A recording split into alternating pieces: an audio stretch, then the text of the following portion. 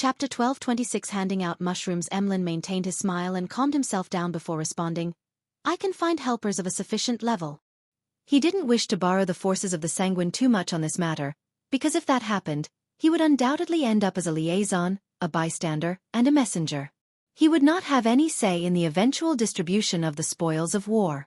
As for the sanguine dukes and marquises, they had no lack of direct descendants who wished to advance to become a demigod and become an earl. At the very beginning, Emlyn believed in his identity as the sanguine savior. He believed that the important figures would treat every single member fairly.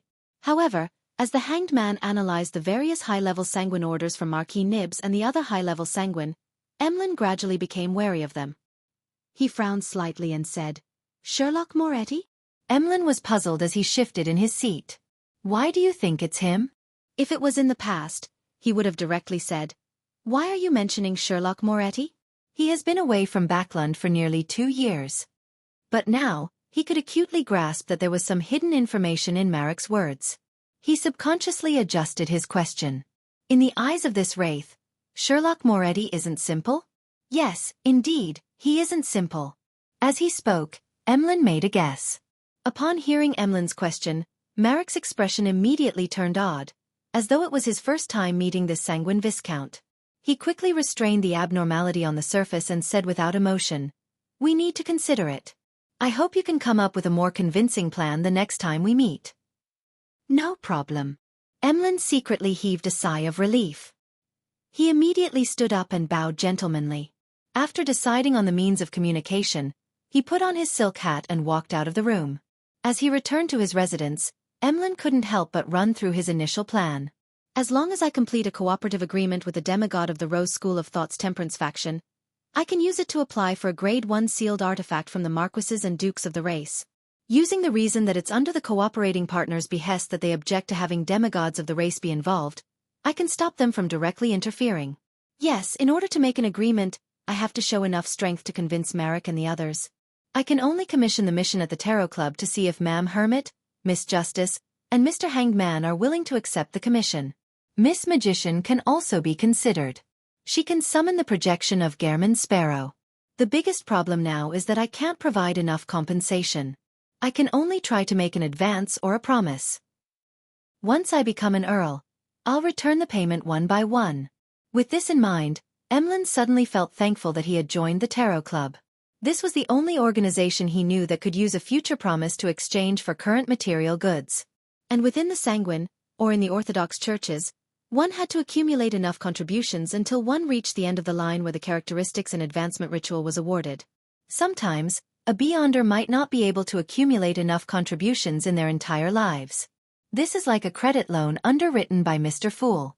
It can be used to issue missions, and when the advancement succeeds, it can be paid in installments. Emlyn habitually leaned towards the things he was familiar with.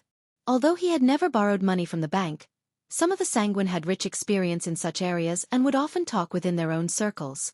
Most of them had a fixed, expensive hobby. The precious items might not be liquidated easily at times, so they had no choice but to borrow money from close friends or the bank to ensure the necessary cash flow. Emlyn remembered that there was a sanguine who wasn't good at wealth management. He relied solely on his profession as a doctor to earn money. When he took a fancy to a precious piece of art, he bought it using a loan from the Backland Bank. After that, he couldn't bear to pledge his property up for the mortgage. Exploiting his long life, he spent 200 years repaying the debt. Of course, in name, his father had died, and the son took over the debt. When the son died, the grandson took over the debt. Emlyn's evaluation of this was very honest. Northborough in Backland. Outside St. Samuel Cathedral. The citizens lined up in rows as they received the grilled bread, dried mushrooms, preserved fruits, and other food from the workers of the Lone Poverty Relief Foundation. Their lines extended from the main entrance of the cathedral all the way to the square and circled it several times. At a glance, it was densely packed with people. Audrey stood on the steps behind Melissa and took in everything. She saw the pale faces of the citizens, their eyes filled with longing. Seeing a mother holding a baby in her arms, she anxiously coaxed the child while eagerly observing the line in front of her that didn't seem to shorten. She saw many people dressed in bright clothes, formal suits, and long skirts. Some of them pressed down their hats and wore veils, as if they didn't want the people around them to recognize them. At times, some people didn't want to keep order and were dragged out by the priests and policemen who were helping to maintain the order. They were thrown to the back of the lines. As food was delivered, the cloth bags piled behind the long table slowly dwindled until there was none. Finally, all the food had been distributed, but the long line had only been reduced by half. The citizens who were unable to receive the help couldn't resist revealing their disappointment, frustration, and reluctance. However, they didn't make a scene or argue. They moved their feet mechanically towards other handout points. They had experienced this many times in the past 1 or 2 months. They had long known that unnecessary emotions would only waste the energy they had little of. It would hamper their quick movements to other relief points or fair-price food outlets. At this moment, their expressions were numb, their eyes vacant as they left the square like a bunch of zombies. During this process, a woman carrying a child had her legs give way as she fell to the ground. Her child started wailing loudly, his voice laced with pain. As he cried, the child sobbed and said, "Mommy, I'm so hungry." "There'll be food soon. There'll be food soon. There's food at Memorial Square." The woman carried the child and patted his back. Tears streamed down her face as she spoke. Upon seeing this scene, Audrey was just about to say something when she saw Melissa take out a plate of food from a wooden crate under a long table and run towards the mother and son. "I didn't see it just now. There's still one more." Melissa crouched down and handed the bread, dried mushrooms and preserved fruit over. Then she explained in a soft voice, afraid that it would cause a dispute among the citizens. The rest of the food was actually prepared for the foundation staff who had been busy all this while. The portion that Melissa had given them was hers. The woman took the food and handed it to the child as she said repeatedly, "Thank you, thank you." The child hugged the food tightly and mimicked his mother in his nascent voice. "Thank you, thank you." Audrey subconsciously looked around and noticed that the church's priests, most of the police, as well as the Nighthawks who were mixed among the people to secretly prevent any accidents, were all showing sympathy, pity and sadness. After the citizens had left, Audrey picked up her own set of food and handed it to Melissa. "You deserve it." Melissa looked at Miss Hall before her and shook her head. "I gave my own share. Miss Hall, don't worry. I'll have food when I get home. My brother is a civil servant." With a faint smile, Audrey stuffed the grilled bread, dried mushrooms, and preserved fruits into Melissa's hands. "You don't have to worry about me. My family has prepared snacks for me when I'm out busying myself." As she spoke, she took a wooden box from her personal maidservant, Annie, and opened it for Melissa to see. The wooden box contained exquisite cucumber sandwiches, cream muffins, and a small carrot cake. A look of astonishment appeared on Melissa's face. She stared at the snacks for a few seconds before looking up at Miss Audrey Hall. She immediately lowered her head and, without saying a word, she ate the grilled bread and water that St. Samuel Cathedral had prepared. As if petrified by her gaze, Audrey held the wooden box and stood rooted to the ground. For a few seconds, she didn't move and only pursed her lips tightly. After the 5th batch of residents from Moon City received cleansing and treatment and enjoyed the magical mushrooms, this ancient city became a believer of the Fool without any resistance. It welcomed the saint and oracle, Gehrman Sparrow, into the city. With that, Klein held a large mass and used the unshadowed crucifix and the life's cane to heal the remaining Moon City residents. High Priest Nim, who had finished his quarantine, came out and respectfully asked at the end of the mass, "Oracle, what is the complete honorific name of the mighty lord?" Klein looked around and said solemnly with his face tightened, "The fool that doesn't belong to this era." After giving out the honorific name, he specially emphasized, "Don't chant the complete honorific name in normal times. Do so only when important matters arise. Otherwise, as Mr. Fool, he would suffer a mental breakdown from all the phone calls from work." Nim wasn't surprised at all, because the ancient sun god was the same. After some thought, he asked, "What are the requirements for the ritual of the Lord?" Klein said confidently like a charlatan, "God says, 8th commandment, serve me with your heart, not with your offerings. The most important thing for a ritual is to be pious. There are no other requirements. It can be very simple. After all, the Lord does not care one." After saying that, Klein silently added in his heart. After explaining this, he raised his right hand and pointed at the pile of mushrooms in front of him. "The Lord has bestowed these mushrooms to you because he wants you to enjoy a bumper harvest. These mushrooms are nourished by the flesh and blood of monsters. They can rapidly grow and accumulate all the toxins, corruption, and madness into those pure black mushrooms. This can be used as a medium for curses or to smear the heads of arrows. The Moon City residents listened in excitement as they clasped their hands and bowed their heads, shouting, "Praise be to the Fool!" At that moment, it was as if Klein could hear countless illusory voices coming from the air. They were mixed with the real praises, circling him and anchoring him. 1. Quote from the Dark Forest of the Three-Body Problem Trilogy. Chapter 1227 Summoning Ritual After Mass. Klein followed the newly appointed priest of the Fool, Nim, into the Black Tower. With no reservations, Nim gave a detailed description of how many demigods and Grade 1 sealed artifacts there were in Moon City. 3 demigods. 5 Grade 1 sealed artifacts. Moon City isn't weak at all, as expected of a power that can directly receive a revelation and guard the border. Furthermore, they had people relatively well distributed across the 22 Beyonder pathways in the beginning. They could work together effectively so that some rituals didn't need any requests for external help or become restricted by the environment. Yes, compared to the City of Silver in how their surroundings is worse and how they do not have Grade 0 sealed artifacts to support them, it's already extraordinary for them to survive to this day. If it wasn't because they couldn't find suitable food, they should be able to survive in the darkness for centuries. Klein felt wistful after hearing the introduction. At this moment, Nim said respectfully, "Oracle, we are willing to sacrifice all the sealed artifacts and Beyonder characteristics to the Lord. I wonder which one of them will be more pleasing to him?" This high priest had previously mentioned that apart from him, a night watcher, Moon City also had an iron-blooded knight and an imperative mage. They were respectively the lightning priest and night priest. As for the 5 Grade 1 sealed artifacts, one of them belonged to the monster pathway. It seemed to be a portion of misfortune mage characteristic mixed with a little of a chaos walker's characteristic. One of them came from puppet from the mutant pathway, and the other was bestowed by Red Angel Medici. It allowed everyone to gather all their powers together. One of them was suspected to be the amalgamation of a bizarro sorcerer's characteristic, and there was one of an unknown pathway.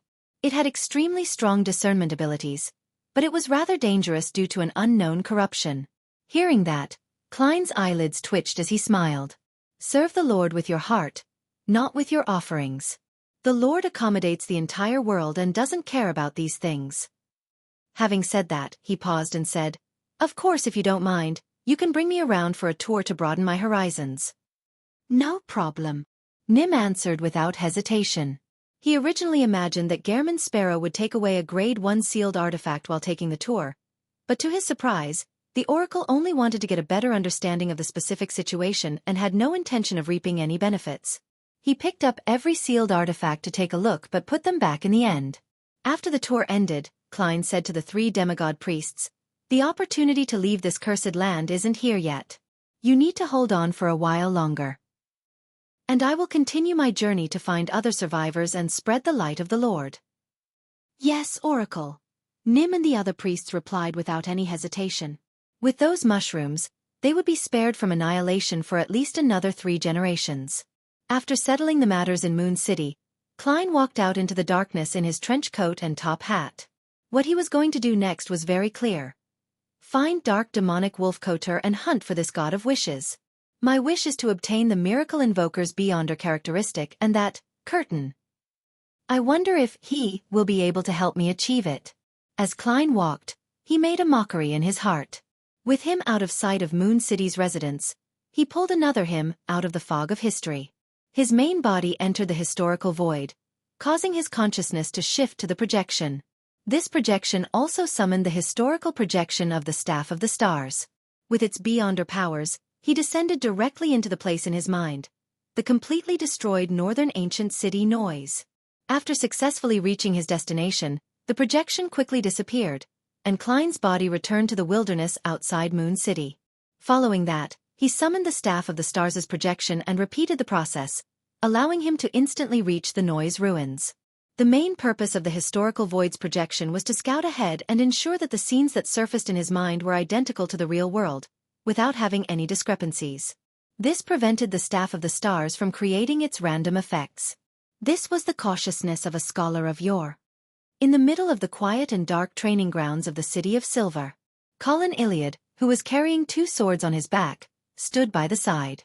He watched as Derek Berg set up the ritual and prayed to Mr. Fool, asking him to send a Holy Spirit down upon him to provide him with help. This was different from a normal summoning ritual. The corresponding incantation was more complicated. The Great Fool. You are the ruler above the gray fog. You are the king of yellow and black who wields good luck. I pray for your loving grace. I pray for your notice. I pray for the power of concealment and change. I summon in the name of the Great Fool, the Holy Spirit that sees through everything, the loving grace of the king of yellow and black, the traveler from the dream and mind. As the Jotun words echoed at the altar, the flames at the tip of the candles suddenly expanded, forming an illusory door covered in mysterious patterns. The door slowly opened and a woman wearing a pure white dress and silver mask walked out.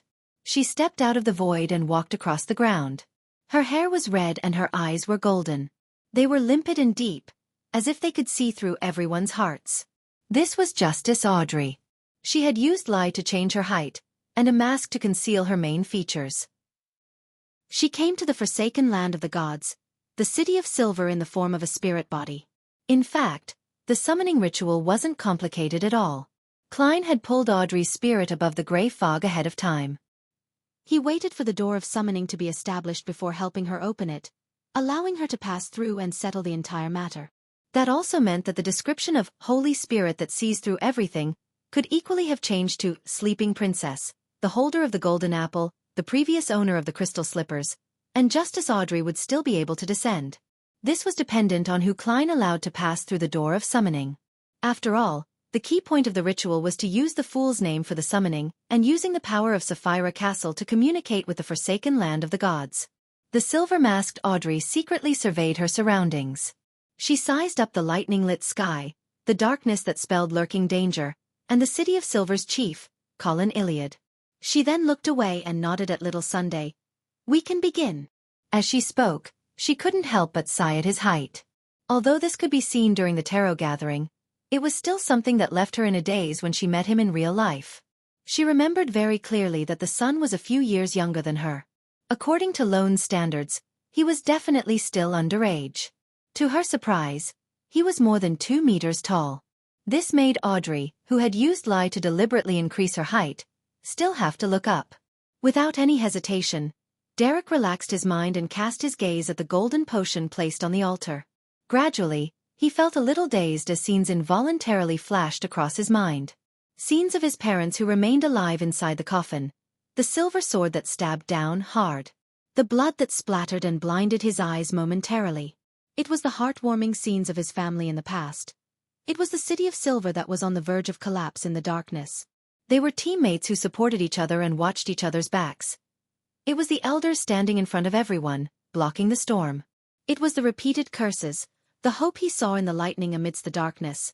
It was a dream that had existed for more than 2,000 years. It was something that generations of people yearned for daily. The emotions that Derek was most unwilling to give up were very complicated. It contained his anger towards reality, the fondness of the past, the pain of his circumstances, the repression of history, and the desire to save the city of silver. Audrey slowly separated these emotions as though she had experienced the despair and sadness of the city of silver, experiencing their unity and sacrifices. Her golden eyes sometimes turned gloomy and heavy, while there were glints at other times, as if she had grabbed something and taken it in. Yet she still remained lost. After a while, she saw the 12 white-winged angel of light. This was another response from Mr. Fool to the sun. Audrey seized the opportunity and attached all the intense feelings onto the angel phantom, preventing them from disappearing or undergoing a resurgence for a short period of time. By doing so, they didn't stay completely separate from Derek's body. It's done. She didn't open her mouth, but instead, allowed her voice to echo in his heart. At this moment, Derek's eyes became abnormally cold, as if he no longer knew what joy, sadness, pain, and depression were. He picked up the golden potion in front of him and poured it into his mouth. This was a demigod potion obtained from shattering the unshadowed crucifix. The sealed artifact that originated from the ancient sun god no longer existed. Of course, for Klein, anything he once possessed remained as enduring as the universe. A hot, violent liquid gushed down Derek's throat, instantly filling his entire body and occupying his soul. Rays of bright sunlight burst out from his body, washing away the remnants of his body's corruption and the heaviness of his soul. Derek's body became purer and clearer, like a holy spirit formed from pure light. His self-awareness and emotions were being purified and repelled. It wouldn't take long for him to only have the instinct to praise the sun. At this moment, Audrey no longer let the strong emotions that she had stripped from him remain attached to the angel projection. She guided them back towards Little Sunday. One scene after another surfaced in Derek's mind, causing him to experience abnormally complicated emotions. He once again experienced the pain of personally killing his parents, the despair brought about by the circumstances of the City of Silver, and the joy of receiving Mr. Fool's loving grace. This drilled deep into him, becoming a foundation of his mind world. It was very sturdy and very reliable, allowing him to withstand the last few rounds of the potion's cleansing forces. Finally, Derek opened his eyes. It was pure white. When he saw a ray of light in front of him, he instinctively extended his right hand in an attempt to grab it. However, the light quickly dimmed and extinguished. Derek was stunned for a moment before he clenched his right hand tightly. Beams of light rose up and enveloped the entire City of Silver. The legendary noon descended for a brief moment. All the residents of the City of Silver were stunned by what they saw.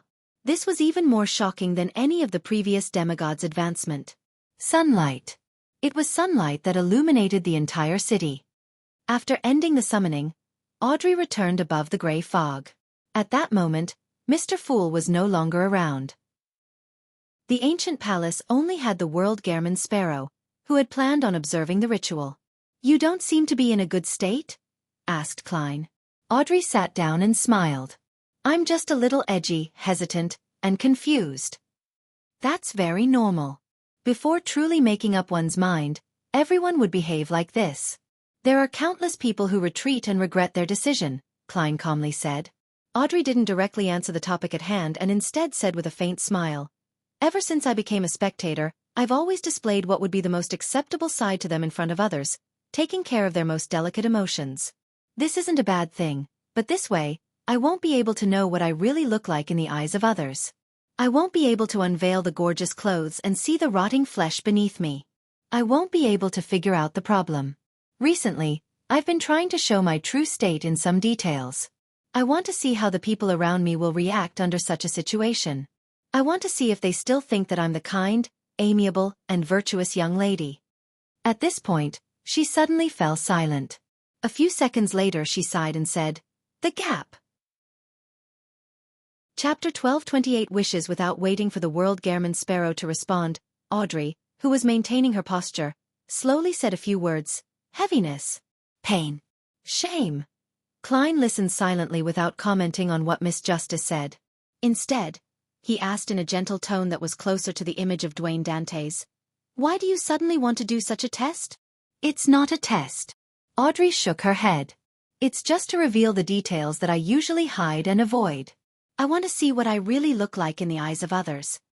After pausing for a moment, she moved her lips without a smile. "After our previous conversation, I really am trying to come up with a plan. I plan to secretly do some manipulating, so that the nobles, businessmen, royal family, and the church can release enough food from their stockpiles. Theoretically, this is a simple matter, but when actually trying to put it into action, I realize that I can't be as determined and decisive as I thought. Some of them are my uncles and aunts, some of them are my cousins. Some of them are friends I've known since I was young, while others are elders who have been very protective of me. Some of them I often meet with during various charity events and are rather friendly. They formed my childhood and gave me too much. It was a part of my growth, a part of the beautiful memories of my past. Besides, the food they accumulated wasn't stolen.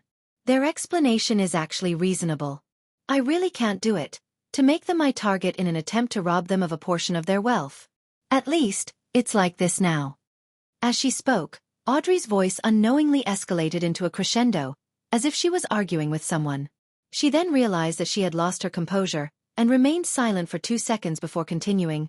"That's why I want to know more about myself. I want to strip away the false image from our past relationships. Under different circumstances, I want to ask myself what I really want, whether my thoughts in the past were impulsive, hypocritical, and naive, or strong beliefs from my heart." At this point, Audrey suddenly smiled. "Although I haven't come to any conclusions, the attempt has already brought some added benefits. I used to think that I had strictly abided by the principle of 'you're only acting,' but now I realize that I'm almost addicted to acting. Other pathways require different identities and occupations. The spectator pathway's acting is completely consistent with one's daily life. Sometimes, it's hard to clearly differentiate between them. The simplest example. Who wouldn't want to be loved by everyone? Hence, when facing different people, I would wear a different mask and use the powers of the spectator pathway to create an image that suits the other party's expectations the best. When there are more and more of such things when you face everyone, you would actually be obsessed with acting. You would almost lose yourself. Klein nodded slightly and said, "That's a good lesson." He didn't comment on Miss Justice's prior words. After a moment of silence, Audrey slowly said, "During this period of time, I've read the East Borough investigation report that my father hired someone to do. I've experienced many different things. Before the war, many of the poor people, workers and farmers have lived lives that are as difficult as the lives today. They've been in constant hunger and pain. The changes to the poor law, and the strict laws about the working hours and environment, has indeed brought about some improvement to the management of the pollution in the air, but just a little. After the war ends, and if we overcome the apocalypse, will such things happen again?" As she spoke, Audrey pursed her lips tightly and fell into silence. Klein could sense Miss Justice's confusion and perplexity. After some deliberation, he didn't say the answer in his heart. He said in a deep voice, "These questions of yours, including what you said about your true thoughts, require you to find the answers yourself. No one can replace you. I can only give you some advice. Go to the fields and take a look at the hard-working farmers. Go to the factories and take a look at the diligent workers. Go to the East District and experience them. Go to the library and read through the past newspapers and other related works." Audrey listened attentively and nodded seriously. "I will try." She immediately stood up and bowed towards the end of the long model table. Although Mr. Fool had left, she believed that he was watching. Just as she was waiting for Mr. Fool to send her back to the real world, the world suddenly said, "Hold on." "Oh." Audrey expressed her curiosity with a nasal grunt. Klein looked at her and conjured a piece of paper. "This is the description of a mythical creature's character and behaviors. I hope you can provide me with some help. Based on this analysis, determine what kind of reactions he will carry out in different situations." "All right." Audrey did not refuse and agreed. After she took the piece of paper and finished reading the content, Klein deliberated and said, "Regarding what you just said, I have another suggestion. There are two types of questions that you have. Some of them are indeed very pressing, while the others are not. You can wait for things to calm down and do a deeper investigation. Well, once a person is anxious, they will easily make mistakes. It's best you be clear about the differences." Audrey thought for a moment and nodded solemnly. "I understand." After responding, she suddenly laughed. "I thought you called me at the last moment to give me your blessings, hoping that I will still love this world after seeing the world as it is." Klein was first taken aback before he asked with a smile, "You seem to have read a lot of Emperor Rosel's novels." "He's an outstanding novelist and also a very complicated and contradictory person," Audrey said with a faint smile. Klein nodded indiscernibly and spoke slowly. "If I wanted to give you my blessings, I wouldn't have said that. I would have said, I hope that you will still love your family and friends after seeing them as they are." Audrey was taken aback as her lips quivered, as though she was repeating the words. After a few seconds, she closed her eyes and said with a slightly hoarse voice, "Thank you." Sonia C. In the waters of the Rorstad archipelago. The Blue Avenger led a pirate fleet through the battlefield that was ravaged by war. Suddenly, a huge fireball flew over from nowhere. Intertwined silver beams split apart the surface of the sea, creating a passageway that didn't originally exist. Surrounded by the massive waves on both sides, it pointed straight at the Blue Avenger. Alger Wilson, who was standing at the bow, raised his right hand without a change in expression when he saw this scene. A violent hurricane suddenly appeared, sweeping up the azure-blue seawater and curling up the silver rays, like a long snake that shot into the sky, colliding with the huge fireball. Boom! The water splashed down like rain. Alger immediately locked onto a battleship, opened his mouth, and let out an angry roar. With a boom, the boat was suddenly lifted into the air by a ferocious wave. Taking advantage of this opportunity, the Blue Avenger's cannons automatically fired as a series of salvos echoed continuously. Realizing that the Beyonder on the other party's warship was trying to use the force of the fireball's detonation to allow the ship to drift sideways, Alger suddenly pulled down his right hand. A thick bolt of silver lightning struck down, charring the Beyonder's body as he constantly convulsed. Boom, boom, boom. As artillery shells hit their target, the ship disintegrated in midair. At that instant, Alger felt a little dazed. He couldn't help but look down at his right hand. This is the power of a cataclysmic interrer. Is this how it feels to be a demigod? He sighed in his heart in a somewhat intoxicated manner before quickly snapping back to his senses. He got the Blue Avenger to pursue the enemy. An hour later, the intense sea battle was over. Lone's side had once again secured the Rørsted archipelago. Alger was in a rather good mood. After returning to the port on the Blue Avenger, he called the sailors down and headed for one of the few bars that still remained open for business. Lone had already issued an alcohol ban during wartime as a way to add to the food rationing efforts. But to sailors, alcohol was indispensable. Therefore, in the area controlled by the Church of the Lord of Storms, the restrictions in this area weren't too strict. Furthermore, the Rørsted archipelago had plenty of produce and there weren't too many people. The shipping lines were under control, so their food supply hadn't been disrupted. After walking for a distance, Alger's gaze suddenly froze. The street in front of him had been hit, and many houses had already collapsed. One of them had a huge crater in a concrete field, while the 4-story building beside it was left in ruins. The smile on Alger's face gradually disappeared. On Monday afternoon, 3 p.m. Backlund time. Dark red beams of light shot up from both sides of the long bronze table, coagulating into blurry figures. After all the members bowed to Mr. Fool, the gathering's transaction segment began since there weren't any more Roselle diary pages or accumulated questions. Emlyn immediately sat up straight and surveyed the area. Ladies and gentlemen, I have a commission. Which Shaman King do you wish to hunt? Katlia asked according to her understanding of Mr. Moon. Emlyn took 2 seconds to digest her question. He maintained his elegant smile and said, "You guessed correctly." Katlia nodded slightly and said, "What kind of payment can you provide?"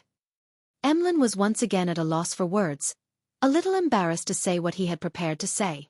At this moment, the world at the bottom end of the long bronze table suddenly said, "You found someone from the Rose School of Thought Temperance faction to cooperate with?" Emlyn heaved a sigh of relief. "That's right. Then I can take on this commission." As this was related to Miss Messenger, Miss Sharon, and Merrick, Klein controlled the world to take the initiative to accept the mission. Of course, this requires a certain medium. Without waiting for Emlyn to respond, he made Gehrman Sparrow look at Miss Magician. Make some preparations in advance. Furs, who had been watching the entire thing play out like a performance, wore a blank look on her face. Chapter 1229 Collective Wisdom. Seeing that Miss Magician had yet to react, Klein made the world add, "You don't need to be there. Just summon my historical projection in advance." "All right." Furs nodded hurriedly. At that moment, because Gehrman Sparrow had accepted his mission, Emlyn clearly relaxed. From what he knew, this meant that the success rate of the matter had skyrocketed. In the next second, the world looked at him and hoarsely asked, "What kind of payment can you provide?"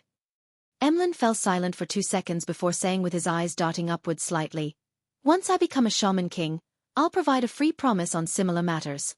Also, I only want the Shaman King's Beyonder characteristic. The members of the Rose School of Thought Temperance faction should have a clear goal. The rest will be yours." Mr. Moon isn't very stolid. He doesn't have much confidence. Through his actions and words, Audrey came to a conclusion. This fellow Emlyn has learned how to use consumption loans. Klein secretly laughed and made the world indifferently reply, "It looks like you can only afford a demigod like me. If Mr. Moon can provide a large amount of food, I don't mind participating." Justice Audrey mumbled inwardly. However, she didn't need to say anything to know what Mr. Moon would say. Why would we Sanguine be hoarding so many snacks? To the Sanguine, their staple was the blood of humans with abundant spirituality. Bread and meat products were all non-essentials. Seeing that the world Gehrman Sparrow didn't reject his offer, Emlyn secretly heaved a sigh of relief. "What other requests do you have? I'll try my best to fulfill them." Gehrman Sparrow thought for a moment before saying, "Give me a mystical item or a sealed artifact that can greatly increase the wielder's spirituality for a short period of time." This was for Miss Magician, allowing her to maintain the historical void projection for a few more minutes. And there was no doubt that the Moon domain had such Beyonder powers. For example, the Scarlet Scholar could create a full moon state, allowing their spirituality to be enhanced. Phew. Emlyn quickly nodded. All right, no problem. Seeing that the human and vampire had come to an agreement, Furs hurriedly raised her hand and said, "No full moon." That way, ignoring the enhancement of her spirituality, she would be considered lucky if she didn't die on the spot. After all, the higher the sequence, the clearer one could hear Mr. Door's ravings. Furs had long since advanced from Sequence 6 Scribe to Sequence 5 Traveler. Emlyn also knew about Miss Magician's full moon curse, so he had no questions about it. He acknowledged tersely, indicating that he had taken note. At this moment, Alger, who was listening to the completed transaction beside him, said in thought, although the Beyonders of the Rose School of Thought are easily controlled by their emotions and instincts, this didn't mean that their brains had already disappeared along with their zombification. Even if they're gone, they still have members of the Moon Domain. Since their demigods were directly involved in the Southern Continent's war and have exposed their locations, they wouldn't dismiss the possibility of an attack from the Sanguine and Temperance faction. I believe there's a high chance of them laying a trap. That's right, Leonard echoed. Many dossiers indicate that, although the Beyonders of the Rose School of Thought are well known for indulging themselves in bloodshed, cruelty and desires, they still act very meticulously. Their actions show certain cunningness and sinisterness. Zio glanced at her friend and said, I encountered a supernatural incident involving the Rose School of Thought 2 months ago. The target was obviously deceived and fell into a trap. The World Gehrman Sparrow listened attentively before scoffing. He then said to Emlyn, which Shaman King is your target? Emlyn didn't hide anything. The Shaman King who led the natives from East Balam's Northolite County to attack the Lone's main colonial city. Upon hearing this, a thought flashed across Klein's mind. The Mother Tree of Desire doesn't seem to want the goddess to control the uniqueness of the death pathway. She was driving the natives and using the war to waver the fundamental faith of the Church of Evernight in the southern continent. As this thought flashed through his mind, he made the World Gehrman Sparrow look at Emlyn and chuckle. Then my target will be another Shaman King. This has nothing to do with your operation. There was no need for him to be too direct. Emlyn, Katlia, and company quickly understood his plan. This was a simple plan. Gehrman Sparrow hunted another Shaman King and took the initiative to step into a trap to attract the hidden forces of the Rose School of Thought. And at that moment, the Moon and the Rose School of Thought's Temperance faction would take the opportunity to attack the real target. Isn't this too dangerous? Emlyn subconsciously replied. The danger was of course directed to Gehrman Sparrow who would be walking into a trap. The World Gehrman Sparrow replied very calmly, it will just be a historical projection. If he dies, so be it. Upon hearing such an answer, Emlyn, Leonard, and the other members of the Tarot Club were at a loss as to what expression to show as a response. It was unknown if they should reflect on the fact that Sequence 3 demigods were different, or be envious that scholars of yore had such beyonder powers. Klein continued to let the world speak. If the Rose School of Thought has any doubts about my sudden attack, and only divert a portion of their strength to stop me so as to still maintain a relatively complete trap, then I will try to hunt that Shaman King seriously and turn the false target into the true target. After all you want is the corresponding items. You don't care who the original owner is. A simple but effective plan. The key point is that Gehrman Sparrow has to have a strength that exceeds his limits, one that can put up resistance even when facing an angel. Audrey learned from him seriously and evaluated this inwardly. Emlyn no longer had any doubts. After some thought he said, before the official operation, I need to meet with the members of the Rose School of Thought Temperance faction to finalize the details. The World Gehrman Sparrow nodded and said, make arrangements for it. After the exchange, Klein made the World Conjure a paper stack and distributed it to the members of the Tarot Club. Some existences and I will be dealing with a mythical creature. You can raise your opinion and share your thoughts. The piece of paper was written with the character and actions of the dark demonic wolf, Kotor, as well as the various analysis Miss Justice had made. He hoped that he could find inspiration through different people with their different personalities and knowledge. Mythical creature. The world has set his sights on mythical creatures? Alger, who had been much quieter than usual, couldn't help but look at the bottom end of the long bronze table. Although he was already mentally prepared for this, he felt that he wouldn't be surprised even if the World Gehrman Sparrow suddenly called himself an angel. However, when he realized that the other party was really targeting a mythical creature, he couldn't help but feel a little shocked and perturbed. Katlia had similar feelings as well, but she immediately recalled the Snake of Fate, the Death Consul, and the Ancient Bane. This matched the Gehrman Sparrow's words of some existences. It was very normal for 3 angels and a sequence 3 blessed to hunt a mythical creature. One by one, they retracted their gazes from the bottom end of the long mottled table, and they began reading the information in their hands seriously. At this moment, as they weren't involved in the commission or involved in a transaction, nor were they sharing information. Yet, the members of the Tarot Club had a baffling feeling of working together for one common goal. They felt like they were starting to feel like an organization. After reading the contents, Alger was the first to speak. According to Miss Justice's analysis, no bait will trap that paranoid mythical creature. It will only push him to escape further. Under the situation of him suspected to wield a sequence 1 beyond a characteristic, he really doesn't need to chase after other things. Advancing himself is the most important thing at hand. If you want to deal with him, we can only consider it from this point of view. Upon hearing this, Zio said from a professional point of view, but this mythical creature is very cautious. He doesn't leave any clues behind. And according to the intel, the location he can use to prepare for the Sequence 1 ritual isn't actually restricted in an environment like the Forsaken Land of the Gods. Yes, there are too many monsters for him to use. Derek confirmed what Miss Judgment had said. There was silence immediately. Leonard thought for a moment and said, "Can we rely on the law of beyonder characteristics convergence?" As he spoke, he looked at Klein Moretti. That mythical creature seems to be from the same pathway as you. Just relying on the effect that comes from the convergence of beyonder characteristic at this level to chance upon this mythical creature might take a year or 2, perhaps even longer. Furthermore, the other party is a complete mythical creature. He has the ability to cause some interference. Klein overruled Leonard's suggestion. Of course, if he augmented the power of Sapphira Castle onto himself, he might be able to meet the dark demonic wolf the next time he used the Staff of the Stars' random teleportation. However, the problem was that if that happened, the chances of a coincidental encounter with Amon would be much, much higher. This was the standard way of knocking on death's door. After hearing everyone's discussion, Catlia said in thought according to what the Queen found taboo, "Can we use this mythical creature's honorific name to establish a connection?" If the dark demonic wolf hadn't been tracked by Amon in the past, that might have been possible. But now, what can be thought must have been thought of by Amon. Under such circumstances, the fact that the dark demonic wolf hasn't perished implies that he is wary of such matters. The World Gehrman Sparrow slowly shook his head. With his paranoid character, he definitely wouldn't respond automatically. Just as he said that, he suddenly had an idea. Not receiving a response from the dark demonic wolf didn't mean that he wouldn't pay attention to the corresponding prayer light. Chapter 12:30 Meeting again. As he had personal experience, Klein placed himself in the shoes of the dark demonic wolf and pondered. Usually, he would shut down the automatic prayer response to prevent an enemy from using the feedback to establish a connection and lock onto his position.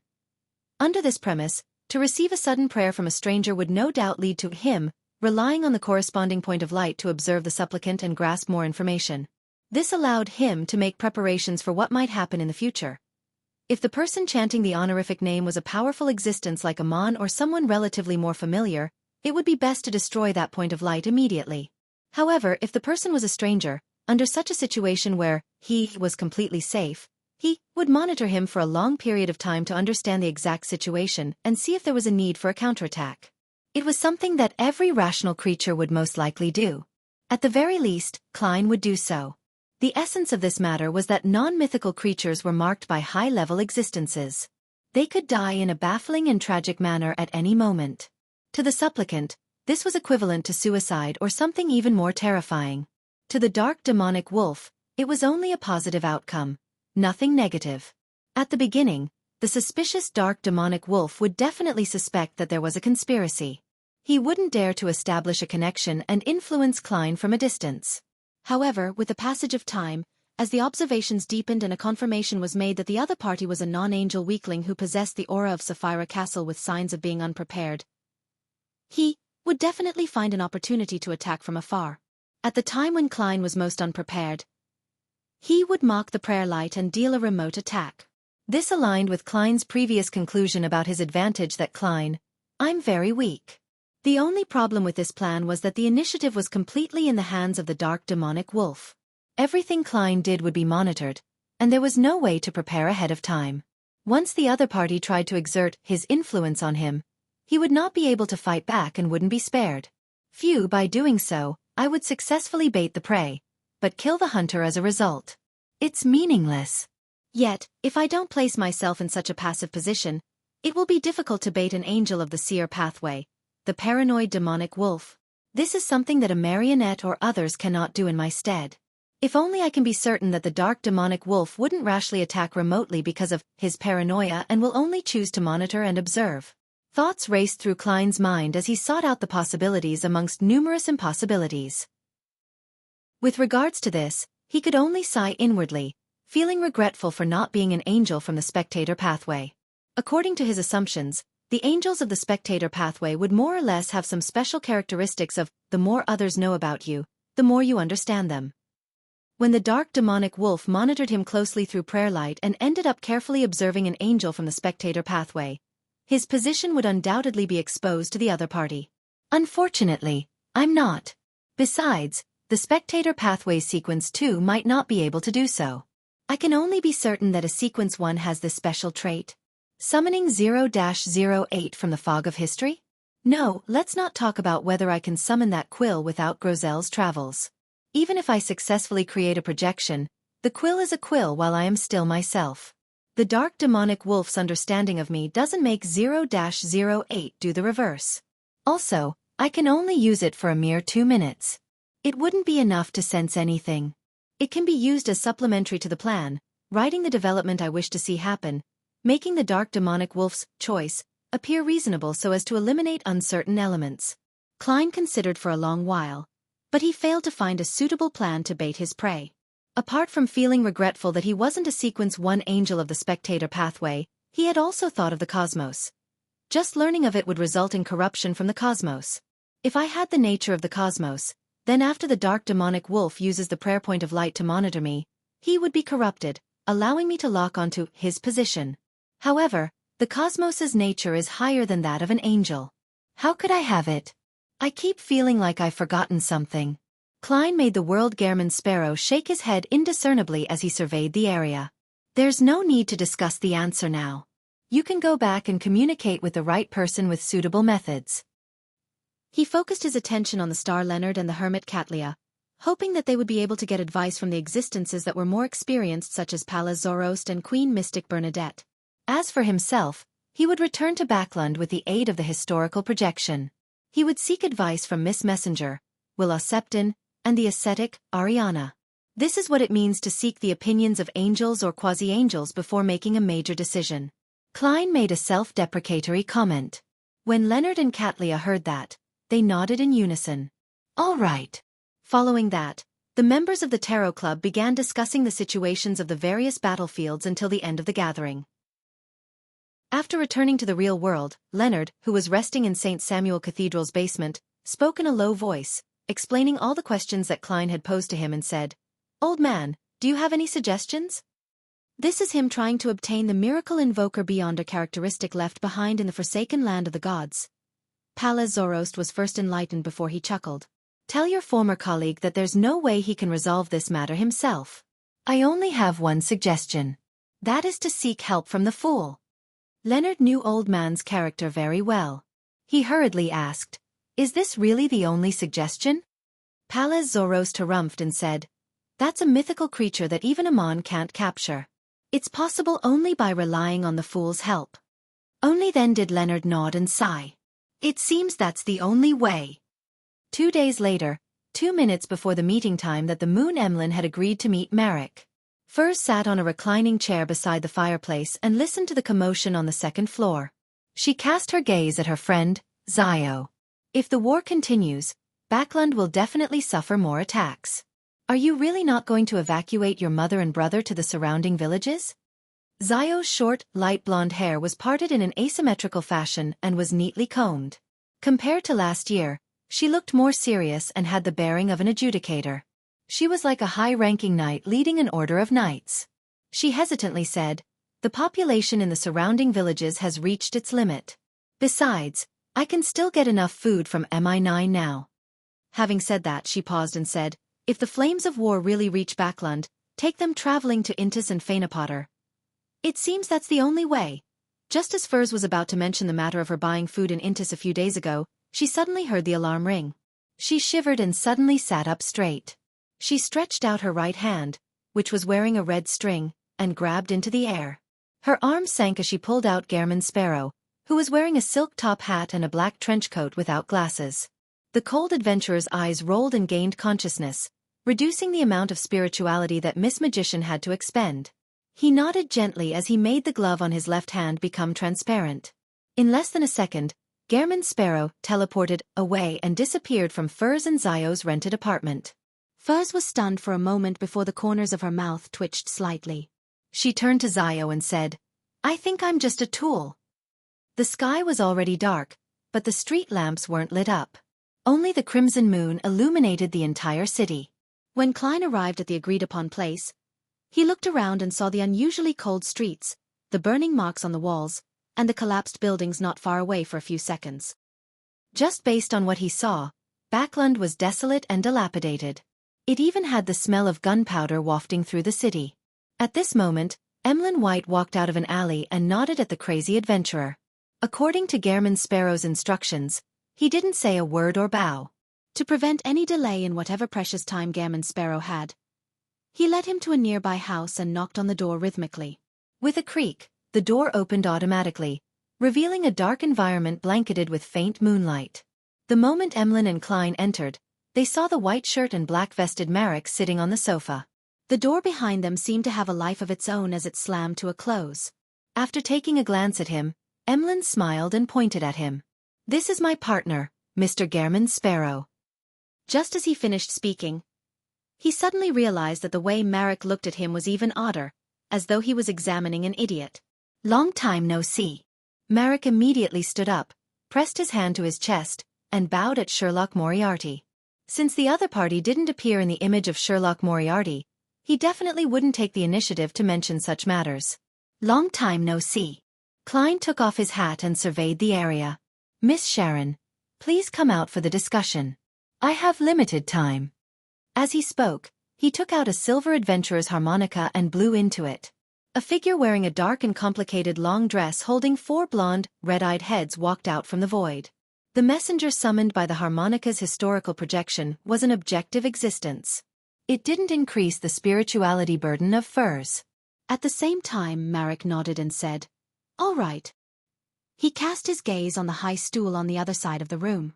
Emlyn looked at the wraith in a daze, then at Gehrman Sparrow and the spirit world creature he summoned. For some reason, he felt like he had been ostracized and didn't belong here. And on that high stool, a figure quickly outlined itself. Her skin was fair like a doll, and she wore an exquisite black regal dress and a small bonnet of the same color. Her blonde hair and blue eyes were slightly pale in color. Chapter 1231, Visiting. Everywhere Emlyn subconsciously looked at the high stool on the other side of the room, and saw the exquisite doll. His eyes immediately revealed a look of amazement, admiration, ardor, and other mixed emotions.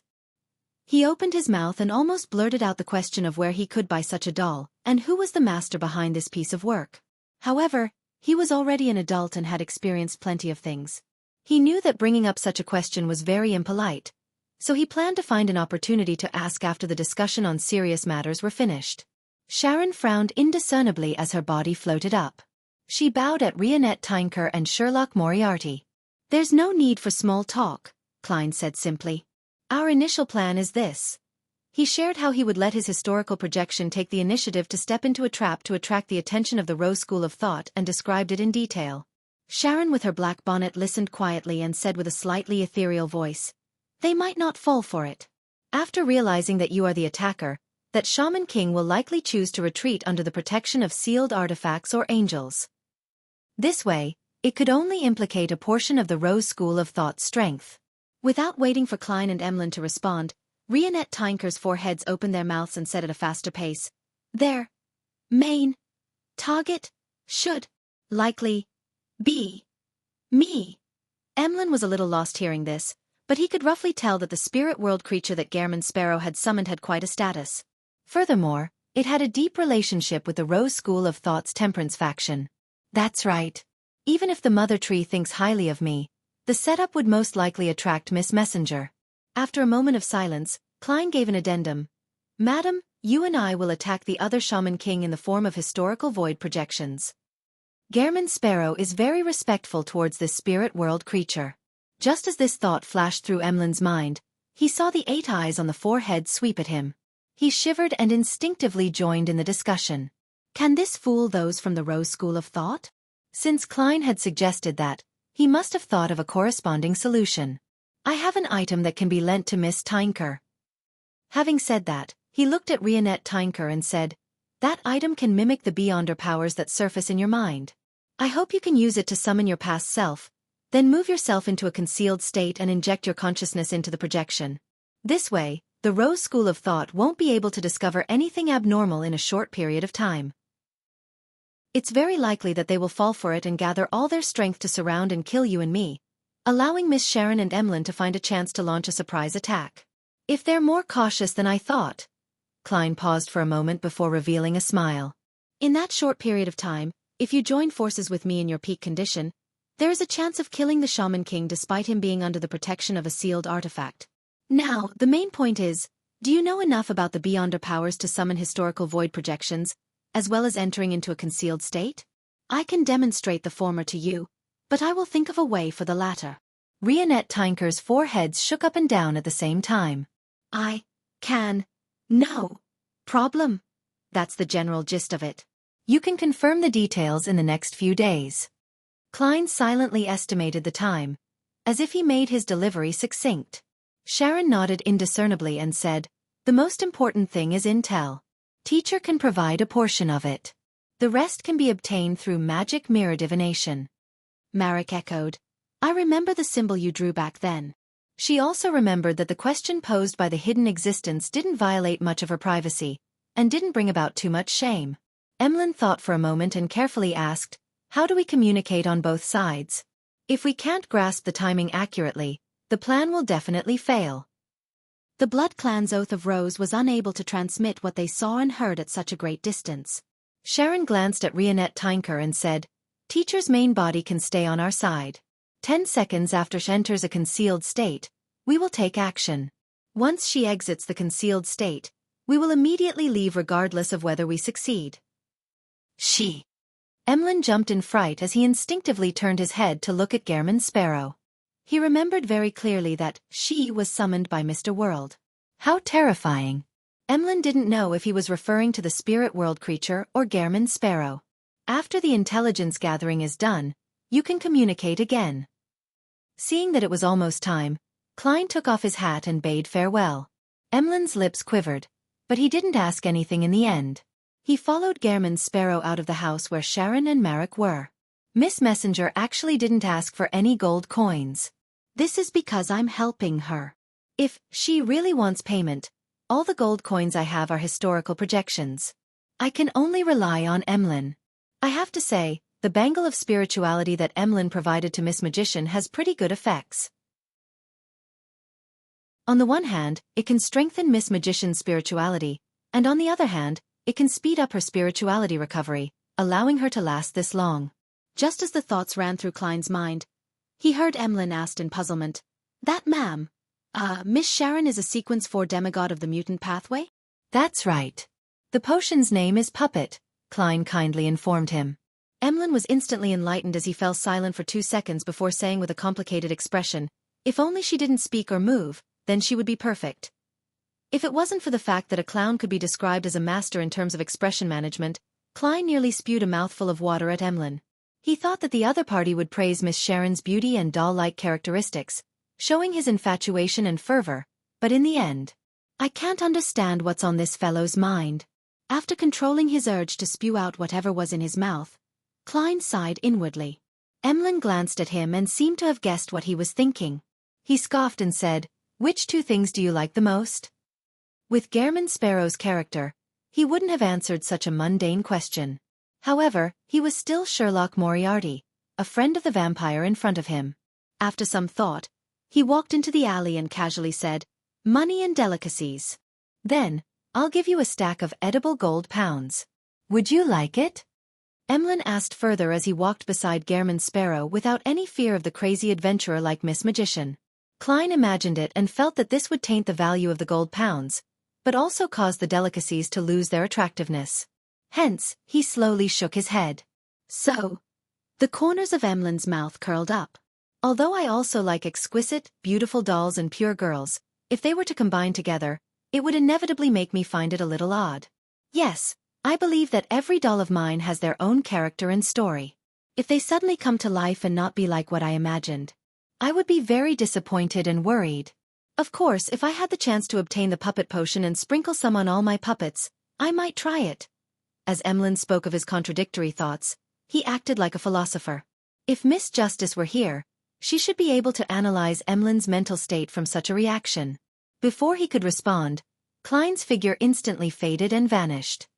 In the rental apartment where Furs and Zio lived. In front of the fireplace, Furs leaned back against the reclining chair with a pale face. She pulled up the wool blanket covering her body and, with the help of cogitation, entered a deep sleep. 2 hours later, she woke up feeling energized, but there was still some fatigue on her face. This Miss Magician took a slow, deep breath and extended her hand again, pulling Gehrman's sparrow out of the air in front of her. Half of her demigod-level records, with a summoning of historical void projections. Klein glanced at her. This time, without even nodding his head, he directly teleported out of the house and entered an empty room in a hotel. 2 hours ago, he had been busy with Emlyn and Miss Sharon's matters. This time, he had returned to Backlund for himself. Without wasting any time, Klein immediately took out the adventurer's harmonica and blew it. When Miss Messenger stepped out of the void once again, Klein recounted how he wanted to hunt the dark demonic wolf and finally asked, "Do you have any suggestions?" Rionette Tinker's 4 blonde, red-eyed heads bobbed up and down at the same time. Sapphira Castle. In essence, it's the same as Palaz Zorost's answer. Klein pressed curiously. How? I don't know.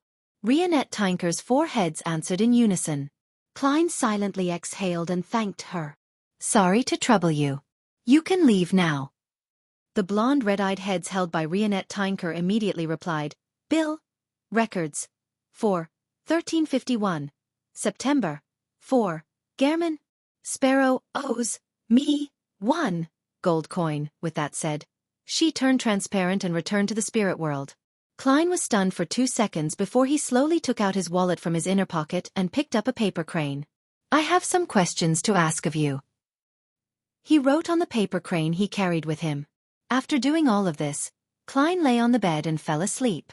In the hazy dream world, he once again saw Willa Septon, who was lying in a black pram and wrapped in silver silk. You're already over a year old. Do you still think you're a baby that's a few months old? Pretending that he didn't see him sucking his fingers, Klein quickly described his conundrum. The plump Willa Septon retracted his thumb and sized up Klein. Isn't the answer obvious? Ah! Klein was pleasantly surprised and puzzled. Willa Septon smiled and said, You must have been eating too few desserts recently, causing your memory to be bad. Do you still remember what happens to a beyonder below an angel of the fate pathway when they see you directly? This. Klein's eyes lit up. Chapter 1232 Comparison Experiments. After becoming a demigod and gaining some level of control over Sapphira Castle, Klein was able to prevent its aura from permeating out into the real world and augmenting him. This made him stop considering similar problems. After all, this would result in abnormalities, causing him to be recognized by the beyonders of the fate pathway at a glance. It was rather unsafe. And at this moment, once he received Willa Septon's reminder, he felt that it opened up new possibilities. When I was only a subsidiary to Sapphira Castle and only had the right to use it, the aura and projection of Sapphira Castle made a saint of the fate pathway not dare to look at me directly. I was equivalent to a mythical creature in the eyes to the corresponding low and mid-sequence beyonders. Now that I have initial control over Sapphira Castle, there's a high chance I can make the effects better. This can affect angels who are complete mythical creatures themselves. Sapphira Castle's level reaches that of Sequence 0 at the very least? Yes, according to my deductions, it might even be higher than Sequence 0. It has the trait that just knowing of it will result in corruption? Klein's mind whirred with activity as though streaks of lightning were flashing across his mind. He quickly made up his mind. After returning to the forsaken land of the gods, he would find the monsters in the depths of the darkness and do some experiments with the marionettes in the fog of history, so as to deduce if his idea worked. He smiled and said to the 1-year-old child in the black pram, "I understand what you mean. I'll get someone to send you ice cream soon." Xiaofan, who was wrapped in silver silk, slowly turned his head and looked to the side. "No, there's no need. I've been eating too much ice cream during this period of time, and it's starting to affect my body's development." Klein pricked up his brows and asked, "Genuine top-grade ice cream produced right from the Intis capital Trier. Give it to me next week." Xiaofan hesitated before answering. With that said, the plump 1-year-old child turned around and buried his face into a tiny pillow in the pram. Due to the limited time Miss Magician had at maintaining the historical void projection, Klein didn't say anything else. Using his unique trait, he forcefully escaped the dream and woke up before getting out of bed. Right on the heels of that, he stretched out his right hand and repeatedly pulled at the air. 4 to 5 times later, his arms sank as he dragged out a woman wearing a simple linen robe with a tree bark belt. She was barefooted and had long black hair. She was a lady with average looks. The leader of the ascetics of the Church of Evernight, servant of concealment, Ariana.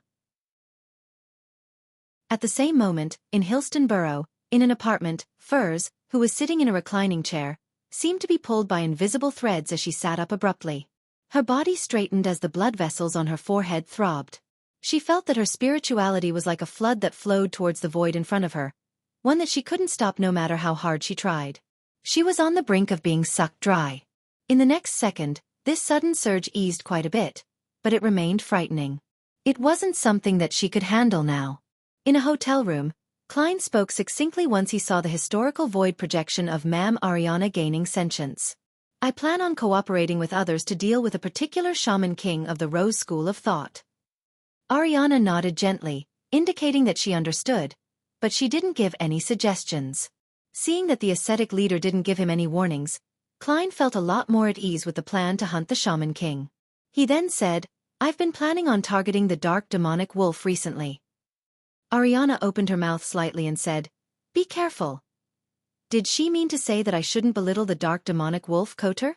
Just as he was about to ask a question, his consciousness suddenly blurred. He saw the woman opposite him and his reflection in her eyes fade away as they quickly disappeared. Thud. Furs collapsed into the reclining chair as her facial muscles twitched slightly. "This is more tiring than writing all night long." She gritted her teeth and tried cogitating to fall asleep. Extreme exhaustion might sometimes paradoxically cause insomnia to a person. In the forsaken land of the gods, near Noi's ancient city in the north, there was no one in the dark wilderness. With the lantern emitting a faint yellow light, Klein circled around to confirm his surroundings. Then he found a rock and sat down, no longer shielding the aura of the gray fog from seeping into reality. On this foundation, Klein consciously strengthened the projection that Sapphira Castle placed on him. After he was done with his preparations, he quickly turned a monster hidden in the darkness around him into a marionette. The marionette walked out of the darkness. Under the illumination of the lantern, it approached Klein and cast its gaze on him. In the eyes of this monster marionette, other than the coated and hatted Klein having deeper, more profound eyes, his temperament had also become even more indescribable. There wasn't much of a difference from before. After repeatedly testing the different types of monster marionettes, Klein confirmed that ordinary people, or most Beyonders, were unable to discover that he had the aura of Sapphira Castle on him. Following that, he reached out with his right hand and pulled out his body from half a day ago. He controlled the rather dull historical projection to cast his gaze over. This time, Klein saw a layer of grayish-white fog covering his body. Its interior was shimmering with light, but it didn't reveal its actual appearance.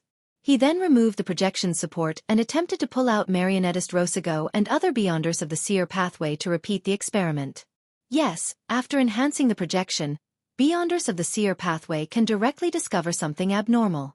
However, those below the level of an angel can at least confirm that I'm related to Sapphira Castle. There's no way to directly see the strange door of light, which is also the projection of Sapphira Castle. This outcome wasn't too surprising for Klein. He took a deep breath and after preparing himself to rescue himself, he raised his hand and pulled out Winner Anuni from back when he hadn't been his marionette for long. Anuni raised his head bit by bit, and his eyes gradually reflected Klein's figure. There was a faint gray fog that emanated outwards. Deep in the fog, transparent or translucent twisted maggots were clustered around countless spherical lights. The spherical lights formed a door of light that was dyed bluish-black. The door of light was much clearer than before as it appeared even more textured. At the same time, its shape changed as it extended even higher up. This made it look like a tall and thin, brilliant figure. And the grayish-white fog around it was the figure's hooded robe. The spherical lights constantly flashed, making Klein feel like he was being watched by this deep, mysterious, towering, and terrifying figure with his numerous eyes. With a boom, Klein's head involuntarily tilted back as blood mixed with transparent maggots spurted out of his pores. The worms of spirit fell to the ground as they frantically rolled and struggled. Some of them rapidly dissipated, while some eventually calmed down before crawling back into his body and into his pores. Man, it's much better than directly losing consciousness and suffering memory loss the last time. Klein rubbed his temples and sighed silently. Enuni, who was standing in front of him, had already vanished because of the impact that Klein had received.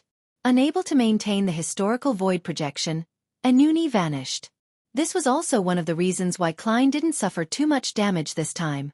Without Winner Enuni, he was unable to see the mutated strange door of light. This reduced the continuous assault on his senses. After 2 seconds, Klein entered the fog of history, took 4 steps counterclockwise, and went above the gray fog. Looking at the faint dark glow rising from his body and melting away, Klein finally heaved a sigh of relief and gave a self-deprecating laugh. I nearly corrupted and corroded myself. In the future, I'll use Rosago and the other Beyonders of the Seer pathway to do additional experiments. If there's no direct assault, I need to confirm if there will be a reverse corruption from Sapphira Castle's projection with the increase in observation time. The southern continent, East Balam, Failtech City that was under attack. Under the illumination of the crimson moon, the lone soldiers hiding behind a simple shelter took turns to rest to recover their energy. Their faces were black and covered with traces of gunpowder. Occasionally, someone would wake up and take out some dried tobacco leaves and casually roll it. Then they would use the remaining matchstick to light it up and bring it to their mouths to suck deeply at it. In turn, their eyes exuded mostly numbness and blankness.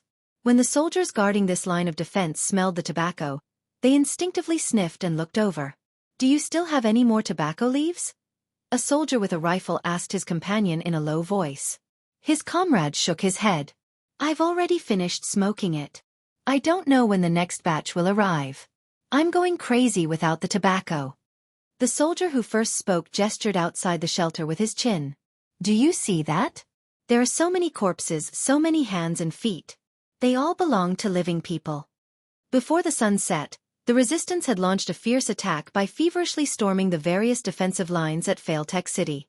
Their disregard for their own lives frightened the lone soldiers and servant army who had been guarding the city. They almost had victory at hand, but ultimately failed to break through the critical line of defense. They left behind copious numbers of corpses before receding like the tide. His comrade fell silent for a moment before saying, "Maybe tomorrow or the day after tomorrow, we will be joining them." Having said that, he looked up at the crimson moon and said in a dreamy voice, "I wonder how Backlund is. I haven't received a letter from home in a long while. I wonder if they have enough food, or if they can find a doctor when they are sick." The soldier who had wanted to smoke was about to curse at the damn war and the damned enemy when his eyes suddenly widened. Trembling, he raised his right hand and pointed ahead. "They're alive." One by one, the soldiers looked over and saw that under the crimson moon, the dismembered corpses that the resistance had left behind were beginning to crawl up one by one, swaying as they tried to approach the defense line. In the distance, a mysterious hooded person in black robe with embroidered crimson patterns stood behind the resistance and spread out his arms slightly. The spirituality of the entire battlefield was rapidly being nourished. Chapter 1233 Two spots. Ever since the war became prolonged, the lone soldiers had seen countless unnatural phenomena. It happened so many that they were somewhat numb to it. However, the scene of the dismembered corpses crawling up remained a shocking scene. It left them horrified and confused. They felt as though they were unable to survive the impending disaster, and would eventually become zombies. Of course, there was a reason why they were able to maintain their morale after seeing such unnatural phenomena.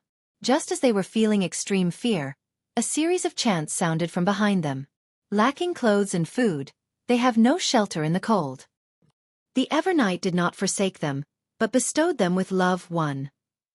The holy and sympathetic prayer reverberated across the entire defense line, causing the fear in every soldier to quickly dissipate, their bodies and minds turning tranquil. Then, a number of the soldiers followed orders and moved out cannons covered in silver patterns. They adjusted the muzzles and aimed at the dismembered corpses that were rushing at them. Boom! Boom! Boom! Sparks flew as shells landed in different spots on the battlefield, exploding and emitting a thick darkness. The dismembered corpses collapsed, the strength within them vanishing. Otherwise, they were directly destroyed, returning to their eternal slumber. The mysterious black-robed man behind the resistance army raised his arms upon seeing this, as though he was hugging the crimson moon. At that moment, his body suddenly turned incorporeal. His body dyed a faint red as he transformed into a hazy ray of moonlight. The moonlight shattered instantly, turning into red scales before dissipating in place. Moonlight transformation. This was a beyonder power that a Sequence 5 Scarlet Scholar of the Apothecary Pathway possessed. To a Sequence 4 Shaman King, it was almost instinctive. And at the spot where the Shaman King had been, a figure quickly outlined itself. It was a huge cloth doll. It had blonde hair and bright red eyes, and wore a long black gothic dress with countless mysterious patterns engraved on it. Swirling around it was sinister vines. Its skin had a luster that no human should possess. Rionette Tinker. She had used the Staff of the Stars to summon herself back when she was in perfect condition. Of course, the Staff of the Stars that was lent to Miss Messenger was the real one. Klein had brought it back to the real world from above the gray fog ahead of time. If that wasn't the case, it would be equivalent to Klein's historical projection summoning a Staff of the Stars projection. Then, the projection of the Staff of the Stars would summon Rionette Tinker in her peak state. The whole burden would be placed on Furs, causing her spirituality to be quickly drained. A solution to this problem was to temporarily lend the actual Staff of the Stars to Rionette Tinker. The draining of spirituality would be borne by this ancient bane. At the same time, Rionette Tinker was probably one of the existences that were the least afraid of the negative effects of the staff. As a key representative of the Temperance faction, and as a puppet and a cloth doll, she could stop unwanted scenes from surfacing in her mind. And after changing into a concealed state, the Staff of the Stars could hardly affect her historical void projection. The peak state Rionette Tinker had attempted to sneak closer to directly possess the Rose School of Thought's Shaman King and instantly end the battle. However, the other party had discovered the danger ahead of time. Using the moonlight's illumination, he was one step ahead of the Wraith's possession. Amidst the crimson glow that enveloped the ground, red scales rapidly reformed into the black-robed, hooded Rose School of Thought Shaman King. His eyes were closed tightly, not daring to look at the ancient bane opposite him. At the same time, on the other side of the battlefield, a figure rapidly appeared. It was none other than Gehrman Sparrow, who was wearing a black trench coat and a half-top hat. He had a transparent glove on his left hand as he raised his right hand and snapped his fingers. Scarlet flames rose up from various parts of the battlefield, as if they were announcing the beginning of a grand performance. Just as the Shaman King finished reforming, he reached out his left hand and tore apart the clothes on his chest. At that moment, Rionette Tinker's bright red eyes reflected his figure. If things went as expected, the Rose School of Thought Shaman King would have transformed into a rabbit or a goat in the next second. He would lose most of his characteristics and beyonder powers, but his body only emitted a faint glow without any change. His exposed chest revealed a long, thin brown puppet which was embedded there. The puppet seemed to grow out of the Shaman King's body, its body connected to his internal organs. Its eyes and mouth were like crescents. The surface of its body was grown with dried flowers and withered grass, giving off an indescribable bizarreness in the moonlight. Suddenly, the puppet was dyed red as though it was soaked in blood. It immediately turned into a pool of mud that surged into the organs of the Shaman King. Amidst the mud, an arm stretched out. Its surface was flowing with a black sticky liquid that kept protruding out with strange objects. Some were skulls, some had barbed tongues, while others had three-dimensional eyes. Abomination Sua. This Rose School of Thought's leader, an existence at Sequence 1, had crossed the vast distance and descended with the help of prior arrangements. That evil aura instantly caused the surrounding members of the Rose School of Thought and supporting members to either die, mutate, or wildly attack their comrades. Apart from the Shaman King, no one was spared. West Balam, in a port city. Shaman King Klarman, who wielded the highest authority here, stood at the top floor of a cathedral that once belonged to the Church of Evernight as he looked down at the sparsely lit city. In a house not far away, Emlyn White glanced at the doll-like Sharon and took out a bronze box with many ruby gems embedded in it. Inside the box was an eyeball-shaped glass sphere. It was a sealed artifact which Emlyn had requested from the Sanguine, known as the Vision of White, an artifact of the Sun domain. It was very effective at dealing with the mutant pathways demigods and shaman kings. It could even be considered able to restrain them in certain aspects. Of course, it wouldn't feel any sense of pity and kindness just because Emlyn and Sharon were beyonders on its side. Upon seeing Sharon nod slightly to indicate that there were no problems, Emlyn's body phased away as the moonlight that shone into the room, and he disintegrated into a series of colorful red scales. At the apex of the nearby cathedral, Klarman was pacing back and forth with his puffy black and white hair. He sneered at the city's nighthawks and mandated punishers for moving the lone citizens and all the sealed artifacts away ahead of time. If the group consisted only of beyonders, it wouldn't be impossible to escape, but with so many ordinary people, how can you effectively move without being noticed? There's no need for me to send people to track you. Simply locking down the surrounding docks and food supplies is enough to break you down without my interference. As he muttered silently to himself, this shaman king, who had been active in the southern continent since the early 5th epoch and was even suspected to be dead, cast his gaze out the window and stared at the crimson moon high in the sky. Previously, the abnormal phenomenon of the crimson moon turning white made Klarman feel the anger of the primordial moon. He had always felt uneasy and disturbed. He had become a primordial moon believer over time while researching natural interactions, secret deeds, and other mysterious knowledge. Normally, it was relatively easy for a shaman king to live 1,000 years, but later on, his physical condition waned, an irreversible form of aging and the decay of his spirit body. Therefore, 1,200 years was commonly the natural limit of shaman kings and sanguine earls. To continue living, one could only rely on various methods to survive. For example, sealing oneself and sleeping in a coffin deep within a castle. Klarman was nearly 1,400 years old and still brimming with energy.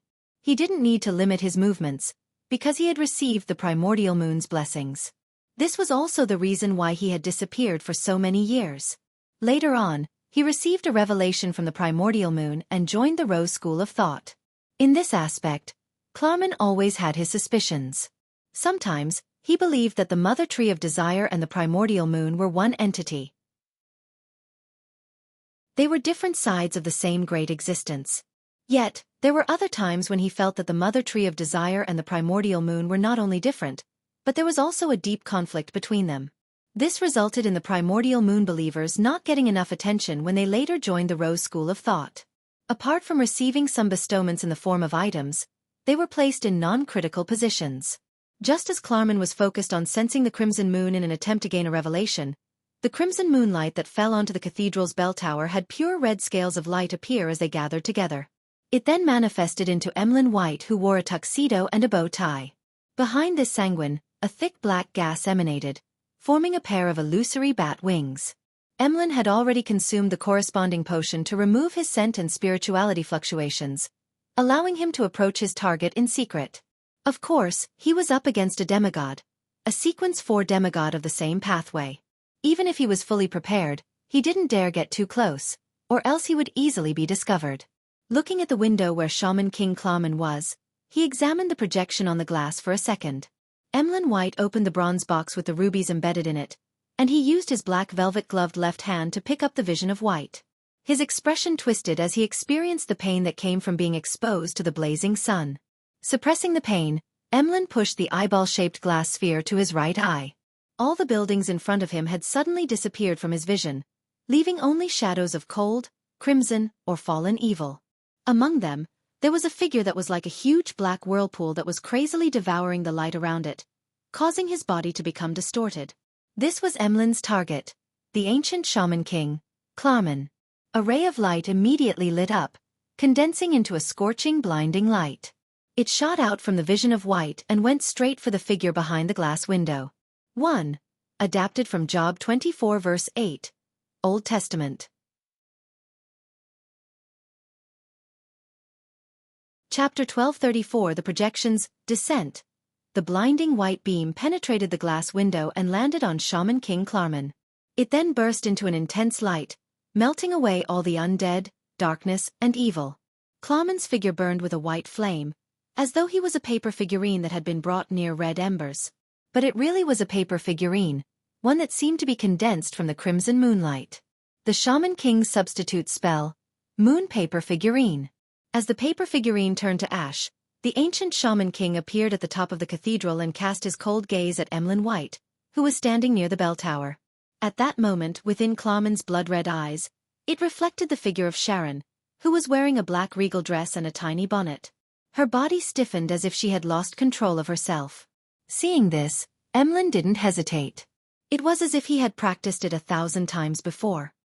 He aimed his vision of white at the Shaman King's left chest and prepared to activate the Sun Domain's unshadowed spear. As long as this attack struck Klarman's heart, this Shaman King Klarman wouldn't be able to use Moonlight Transformation to resolve it.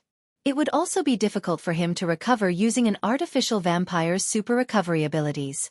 Of course, this would definitely cause more serious damage to Sharon, who had possessed Klarman. However, if they could quickly resolve their target, she was willing to pay the corresponding price. In the previous discussions, Emlyn, Sharon, and Marek had already discussed a few similar plans and had come to a consensus. This was also the reason why Sharon didn't restrict Shaman King Klarman by tightening his clothes. Compared to a wraith's possession, that was easier to resolve for the opponent, who could use Moonlight Transformation. As for whether Klarman would be ashamed of running naked, the answer from the magic mirror was no. Taking all these under consideration, they eventually chose to let Emlyn White attack the target, so as to deplete his moon paper figurine to create an opportunity for Sharon to possess him. The transparent glass sphere in Emlyn's hand glowed once again, extending out into a blazing spear that had turned extremely white. But at this moment, Klarman, who was standing at the top of the cathedral, suddenly underwent a transformation. A crack quickly split open in the middle of his forehead, as if there was a blood moon embedded in it. Moonlight surged out like a tidal wave, causing the illusory blonde blue-eyed Sharon to float out of his body uncontrollably. Klarman's stiff and slow movements barely restored to normal, and, under the radiance of the full moon, he turned into a pool of blood, splitting into countless fragments of light. His figure rapidly took form on another steeple of the cathedral. Clinging closely behind him was Sharon. As for the unshadowed spear that Emlyn had created, it passed through the spot where Klarman was originally standing and flew into the distance, expanding into a miniature sun. The entire port city was illuminated. At the same time, Klarman's right shoulder began to squirm before something tore through his black robe and burrowed out. This was an exquisite male doll. It was only the size of a palm and wore a dark red, gold-patterned tuxedo. Its eyes had been dug out, leaving behind 2 black holes. The puppet sat on Klarman's shoulder and raised its hands, tapping all its fingers as though it was playing an invisible instrument. Sharon's figure was immediately ejected from Klarman's back, as though she suffered a serious repulsion. Emlyn felt his clothes tighten as they bound him tightly. His bow tie also came alive in a bid to strangle him to death. That doll was a Grade 1 sealed artifact given to Klarman by the Rose School of Thought. It was called the General of the Pupilless Eye. It was an item formed by a Sequence 4 demigod of the mutant pathway, who had suffered a sudden death due to an accident. It had a living characteristic and could possess objects with spirits and awaken objects that didn't according to its wielder's will. However, the wielder needed to feed it with their flesh and blood. Otherwise, it would gradually grow its eyes. Once the sealed artifact was in a good condition, it would transform into an evil spirit that chased after its original owner while abhorring all humans. When Emlyn heard the sound of his bones crying in pain from the burden, the vision of white that was burning his soul emitted a bright glow, turning the surrounding area into a land without shadows or evil. The effects of General of the Pupilless Eye had on his clothes were severed. However, at that moment, Klarman had already indiscernibly muttered a particular word with a cruel smile. He reached out his hands and pulled out an illusory door with many mysterious symbols engraved on it out of thin air. This was the Door of Summoning. The Moon Pathway's Sequence 3 was Summoning Master. Under the illumination of the full blood moon on his forehead, Klarman, who was only at the Shaman King level, was able to complete a summoning. However, because of this, there was a certain change in his overall aura. He had lost a lot of his rationality, and his madness had deepened. Amidst the illusory creaking, the Door of Summoning opened up a crack. In the gaps, 2 human palms reached out. Their skin had no luster to it, and they lacked texture. They were like a most inferior cloth doll. Outside Failtech City, the Rose School of Thought believers and followers who had originally planned on attacking the Lone Army's defense line after the Corpse Horde's attack had begun to kill each other, their rationality completely gone. Some of them, who were originally ordinary people, bent their backs and grew grayish-black wolf fur.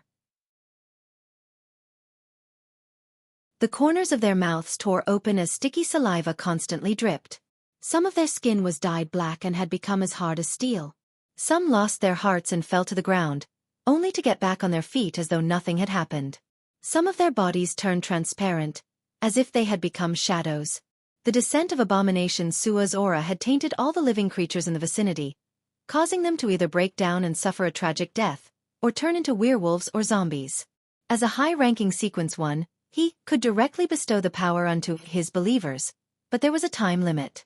However, this method might not be the hope of the resistance. On the other side of the battlefield, over 2,000 meters away, behind the lone shelter. Although the soldiers didn't see or hear anything, transparent blisters began growing on the surface of their skin, and their minds were filled with thoughts of venting all kinds of emotions and desires. It wouldn't take long for them to go mad one by one and turn into irrational beasts. Across this base, even to the interior of Failtech City, it would be a challenge to find humans who could still maintain their clarity of mind. Suddenly, they heard a chant. It was a chant formed from sacred and ethereal voices. This chant came from the Evernight Cathedral in the city. It was as though there were many choirs praising the goddess. The soldiers, citizens, and officers fell asleep one after another behind the shelter, inside the trenches, and on the streets. They dreamed of a tranquil darkness, moonflowers, and night vanilla. Their bodies and minds became extremely peaceful, and they were no longer affected by evil. In the Evernight Cathedral in Failtech City, the high-ranking deacon of the Nighthawks, the goddess's eye, Ilya, tried her best to maintain the dream that enveloped the entire city. She was unable to interfere with the demigod battle outside.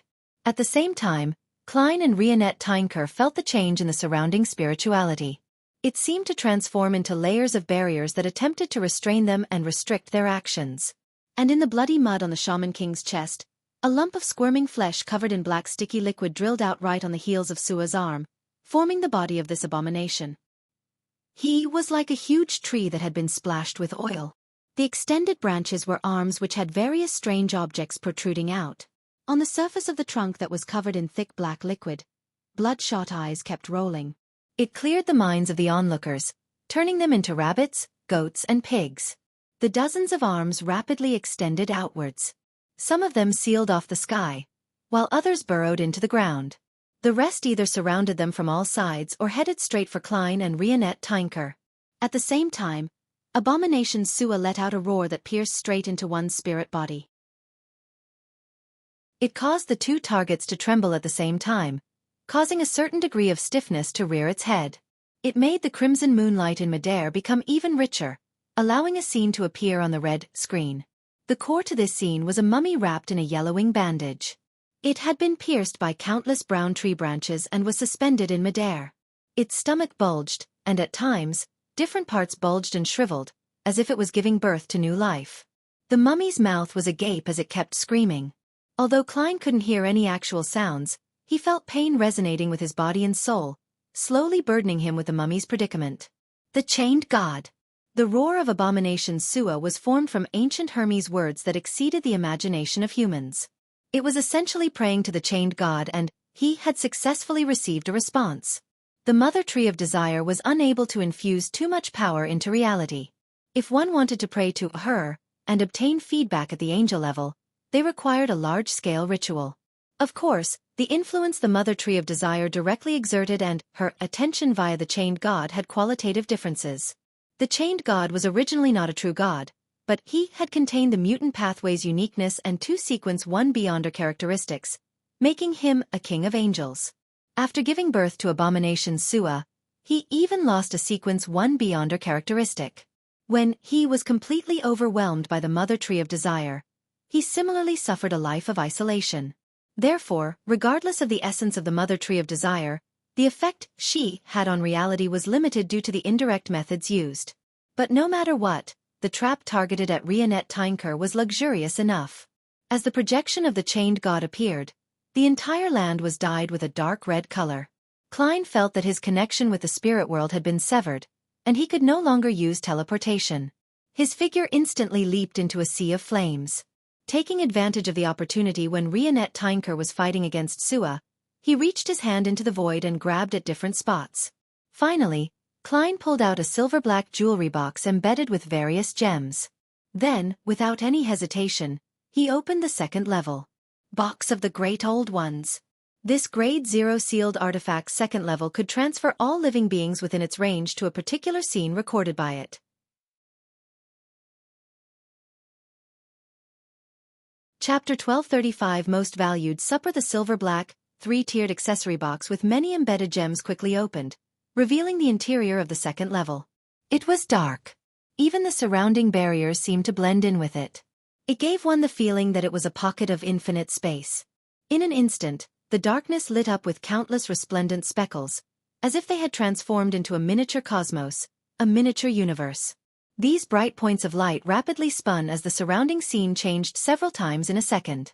What Klein expected was to move Abomination Sua, the Rose School of Thought shaman, and many of their followers to the ruins of the Battle of the Gods. By making them leave the southern continent, they wouldn't be able to immediately sense that Klarman had been attacked. This way, they wouldn't be able to provide any timely and effective assistance.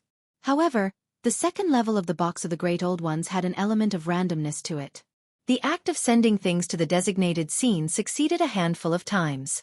Most of the time, the selected destination would suffer an unavoidable change. This was something that couldn't be influenced with luck, and at the very least, no one below Sequence 0 could do so. Therefore, when he opened the second level of the Box of the Great Old Ones, Klein didn't know what would happen. It was the same as not using any Beyonder powers to cheat at gambling. He had to rely solely on observation to push out all his chips. This left his heart filled with anxiety. Of course, he wasn't too worried. No matter where the Box of the Great Old Ones brought him and Miss Messenger, it was impossible to harm him in any way. After all, Rionette Tinker was fake, the Box of the Great Old Ones was fake, and even he himself was fake. With this in consideration, even if he was thrown underground by the Box of the Great Old Ones and faced a terrifying corruption, Klein could instantly dispel the historical void projection, enter Sapphira Castle to do a complete disinfection, and sever all connections. Building on this foundation, he had the ability to help Miss Messenger's main body resist the corruption. Since it wasn't directly experienced, through the layer of a historical projection, the outcome was relatively better. The only thing he needed to worry about was that the random scene selected by the Box of the Great Old Ones was where Miss Sharon and Emlyn were attacking Shaman King Klarman. That way, it would be equivalent to leading the main enemy force to head straight for his headquarters. This meant that they could only consider giving up on the operation, and he and Rionette Tinker would undertake the responsibility of helping all participants escape from the battlefield and escape the southern continent. The probability of this happening was very low, but he had to be wary. At that moment, due to the influence of Abomination Sua's aura, Klein's spirituality had frozen quite a bit. It seemed to bind his body and soul, but it still flowed into the Box of the Great Old Ones, maintaining its open state. In the blink of an eye, the scene in the second level of the Box of the Great Old Ones changed, revealing a tiny vast sea. Klein, Rionette Tinker, Abomination Sua, the Hooded Shaman King, and many Rose School of Thought believers and subordinates saw endless yellow sand in the extreme cold of the night.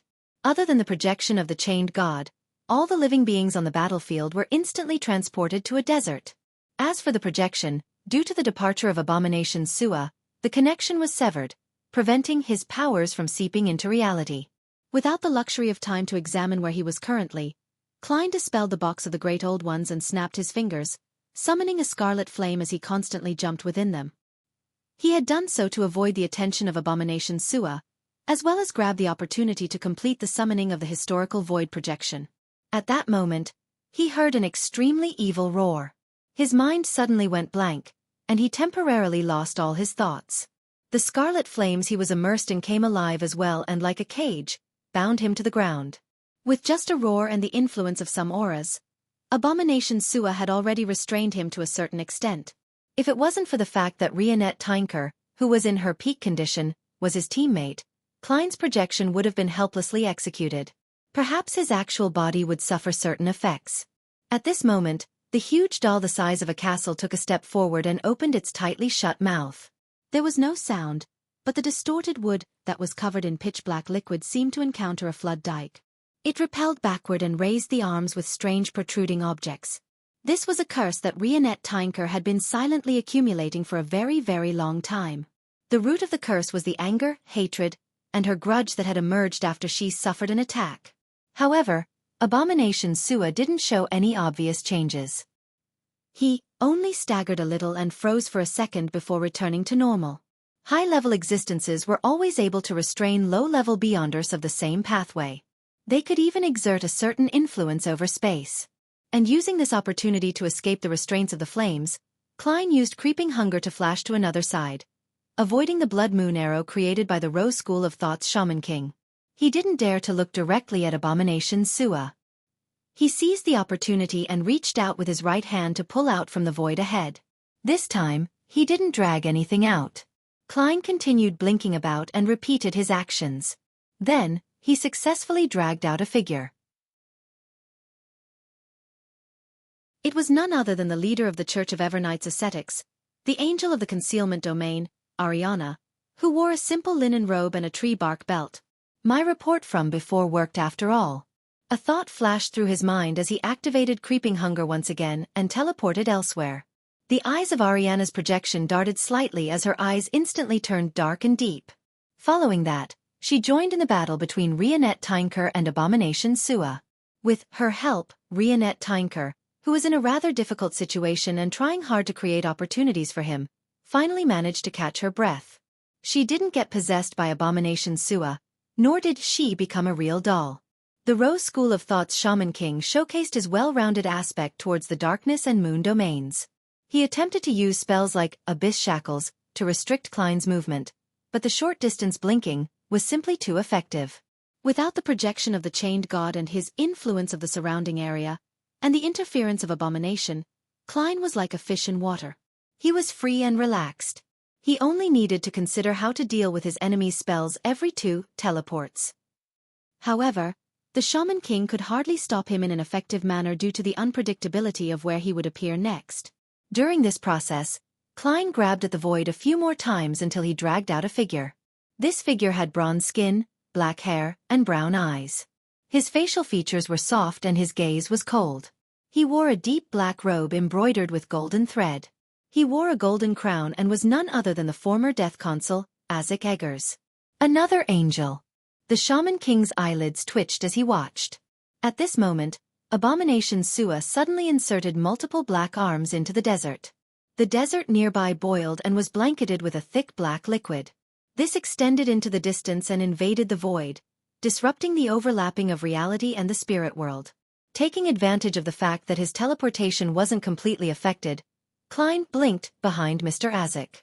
With him shielding him, he quickly grabbed at the air a few times.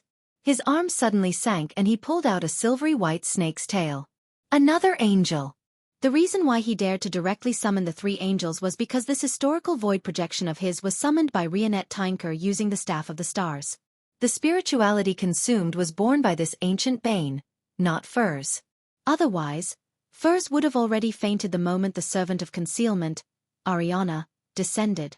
There was no way she could endure spirituality expenditure such as this. Furs's purpose was to first summon Gehrman Sparrow's historical projection so that he had plenty of time to set up the ritual and bring the Staff of the Stars to the real world. Then, the maintenance of the historical projection would be dispelled, allowing him to return to the fog and have Rionette Tinker summoned another him. In less than 10 seconds, as Abomination Sua had focused his attention on Rionette Tinker and subconsciously belittled Klein, leading him to not only losing the help of the chained god's projection, but also being thrown from the state of being the one who had laid an ambush to the one being besieged by 4 powerful angels. Without any hesitation, this sequence one angel opened his mouth and chanted in ancient Hermes words. He had once again prayed to the chained god.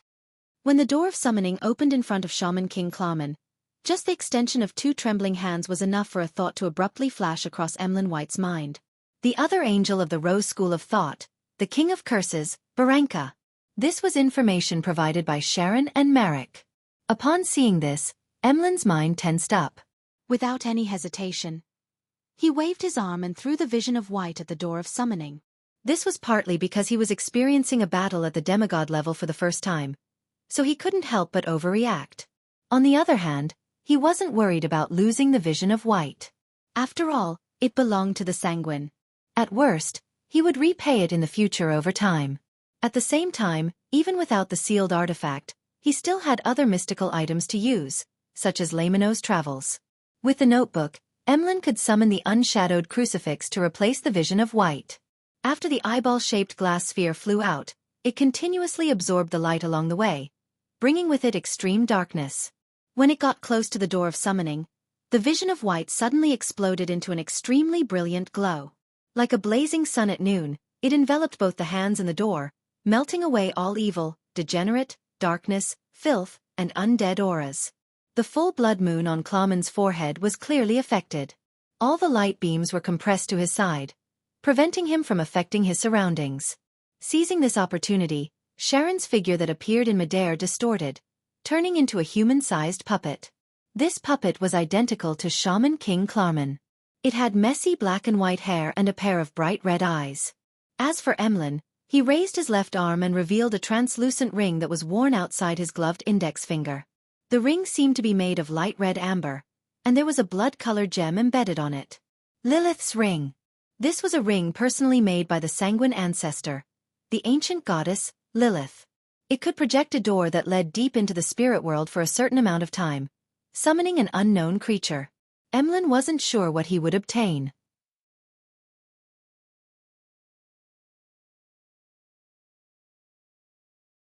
Chapter 1236 Linkage in the eyes of Shaman King Clawman.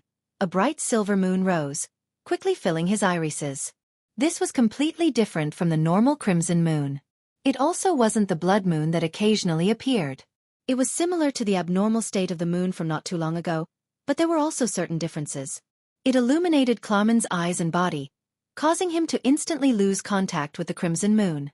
That also meant that, before things went back to normal, Clawman could no longer attempt moonlight transformation, nor could he teleport within the range of the crimson moonlight's illumination. Suddenly, a word appeared in the mind of this shaman king of the moon domain. Lilith. The ancient goddess, Lilith, who once controlled the moon pathway. Such a change was out of Emlyn's expectations, but Sharon, who was good at controlling her emotions and thoughts, wasn't affected. Despite having become a Clawman puppet, she raised her right hand and yanked some of her messy black and white hair. Almost at the same time, on the Shaman King's head, a tuft of white hair fell on its own without him suffering any attacks. The door of summoning he had just opened had been dissolved by the full might of the vision of white sun rays. This wasn't because the Rose School of Thought's angel, who had been summoned, was unable to resist the Grade 1 sealed artifact, but that the door of summoning couldn't withstand such a special attack. In addition, the King of Curses, Baranka, had only extended 2 hands out. This limited the amount of power that could remotely be projected via his descent. The evil aura that permeated into the real world had also been purified by the vision of white, preventing it from affecting Sharon and Emlyn. At that moment, without the door of summoning, Baranka could only retreat to where he was originally. He had to wait for the next summoning or for Shaman King Clawman to pray. As an angel, he had the status required to respond to prayers throughout the world. When that strand of hair fell, Sharon, in her Clawman puppet state, didn't hesitate. Her right hand naturally slid down from her forehead. She grabbed the exaggerated crack that had the full blood moon embedded there and forcefully pressed it down. Clawman couldn't help but let out a blood-curdling scream. The flesh on his forehead turned into a bizarre blur as they filled up the terrifying crack, blocking the miniature full moon. This was one of the beyonder powers of a Sequence 4 puppet of the mutant pathway, called the Source of Curses. Apart from being able to influence non-living creatures, puppets could also turn into mystical puppets and magical paper figurines. Through the connections established, they could use various methods to curse their targets.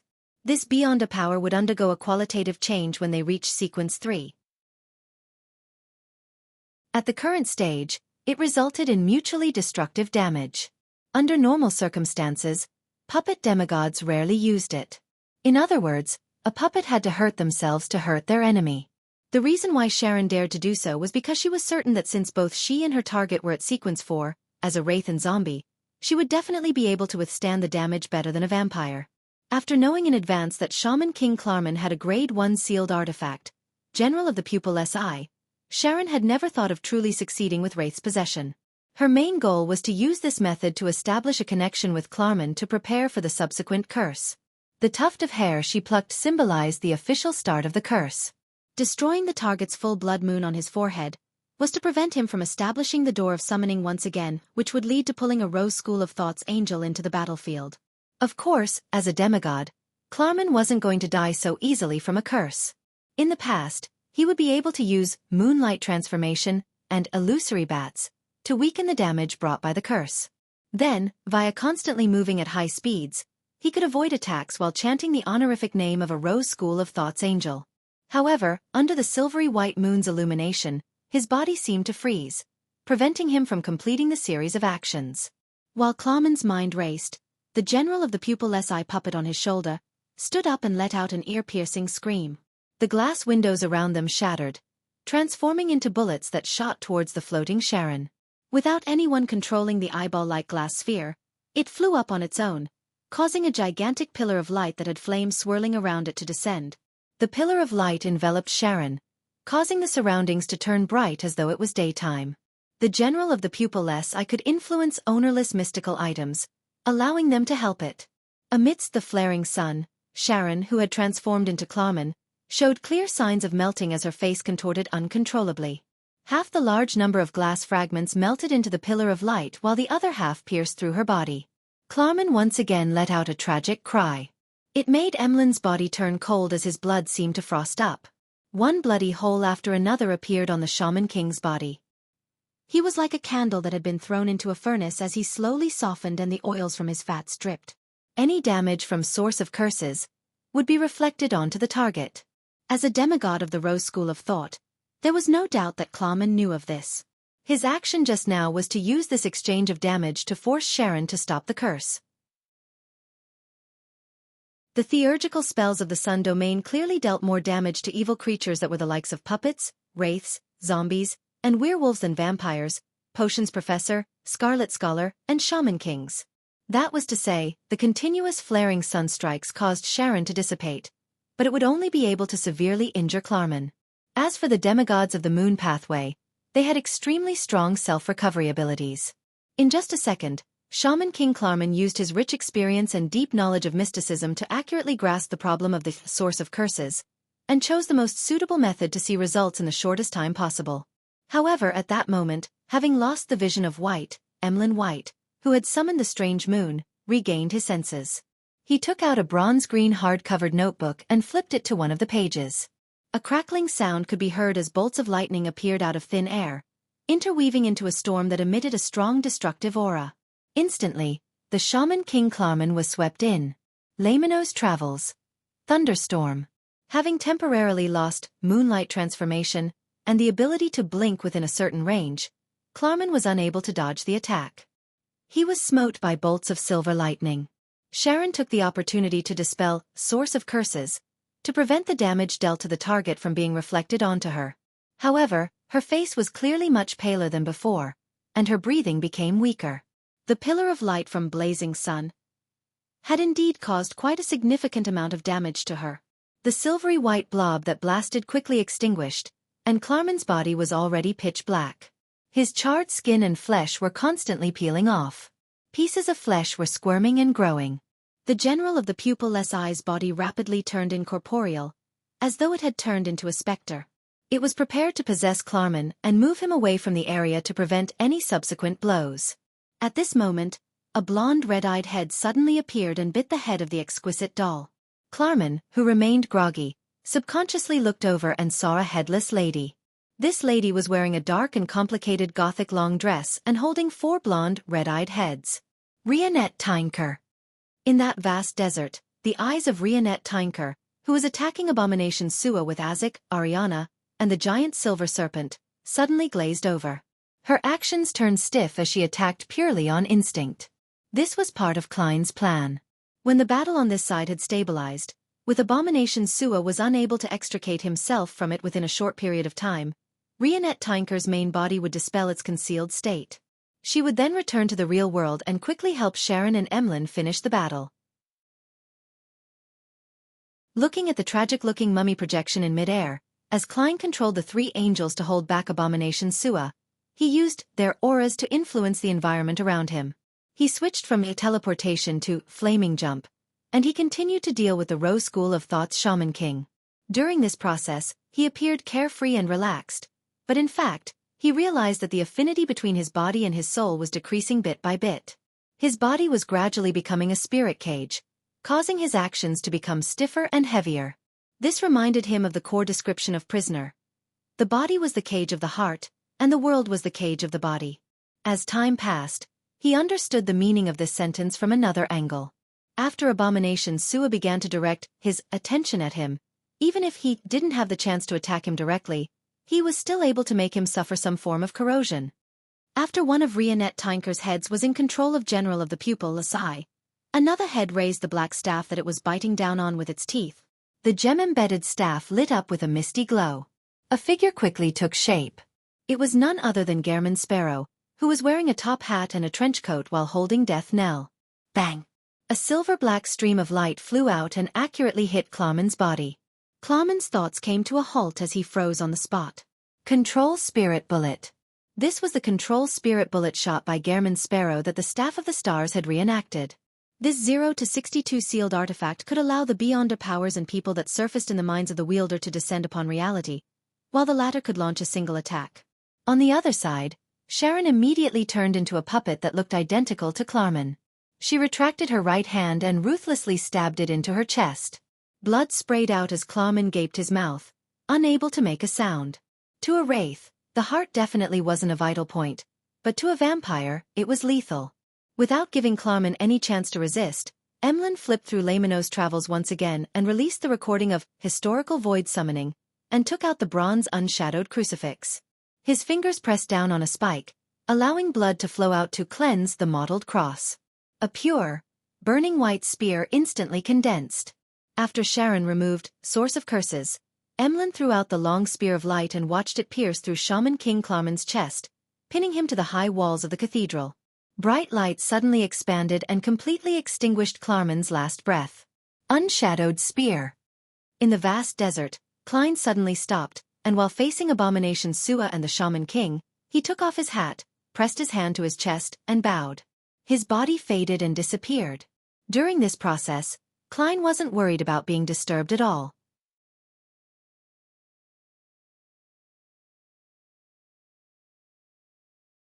Chapter 1237 Distribution. As the golden rays of light shone down, Klarman, a Shaman King, who had lived for more than 1,000 years, collapsed into pieces at the entrance of the Evernight Cathedral.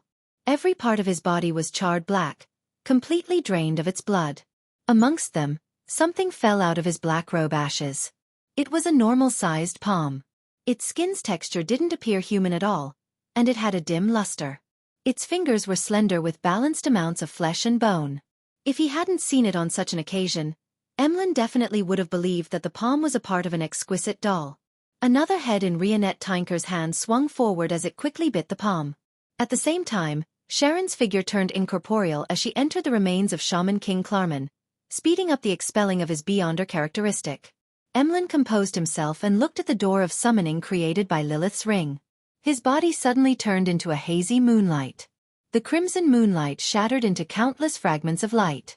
The bright and devilish red scales swam around the area enveloped by the moonlight, restructuring beside Klarman's corpse into Emlyn White in his tuxedo and bow tie.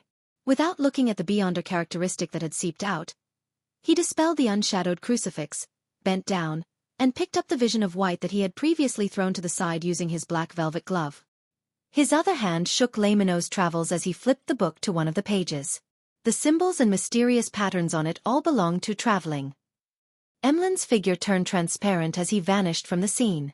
He followed the plan and was the first to leave after the operation ended. He didn't interfere with Sharon and company's cleanup of the scene and their clearing of traces. After all, he was the weakest one there. He had used up a considerable amount of energy in battle while relying on the sealed artifacts and mystical items. As for the spoils of war, they would be distributed once they returned to Backlund. In this aspect, Emlyn fully believed in Gehrman Sparrow's promise and the Rose School of Thought's Temperance Department's credit.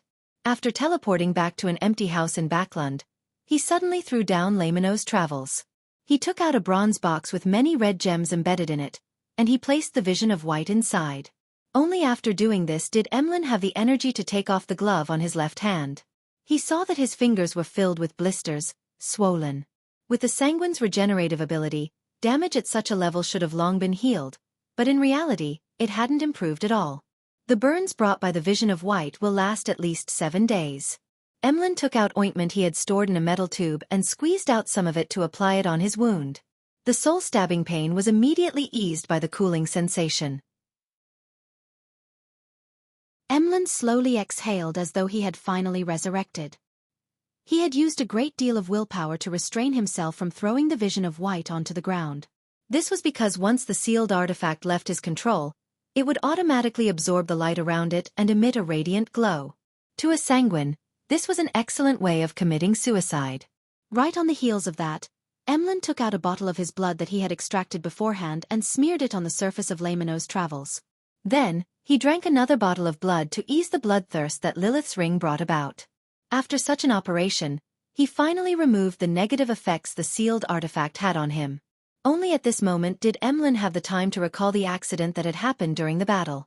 The door of summoning that he projected with Lilith's ring didn't summon creatures from deep in the spirit world, but he ended up summoning a strange moon.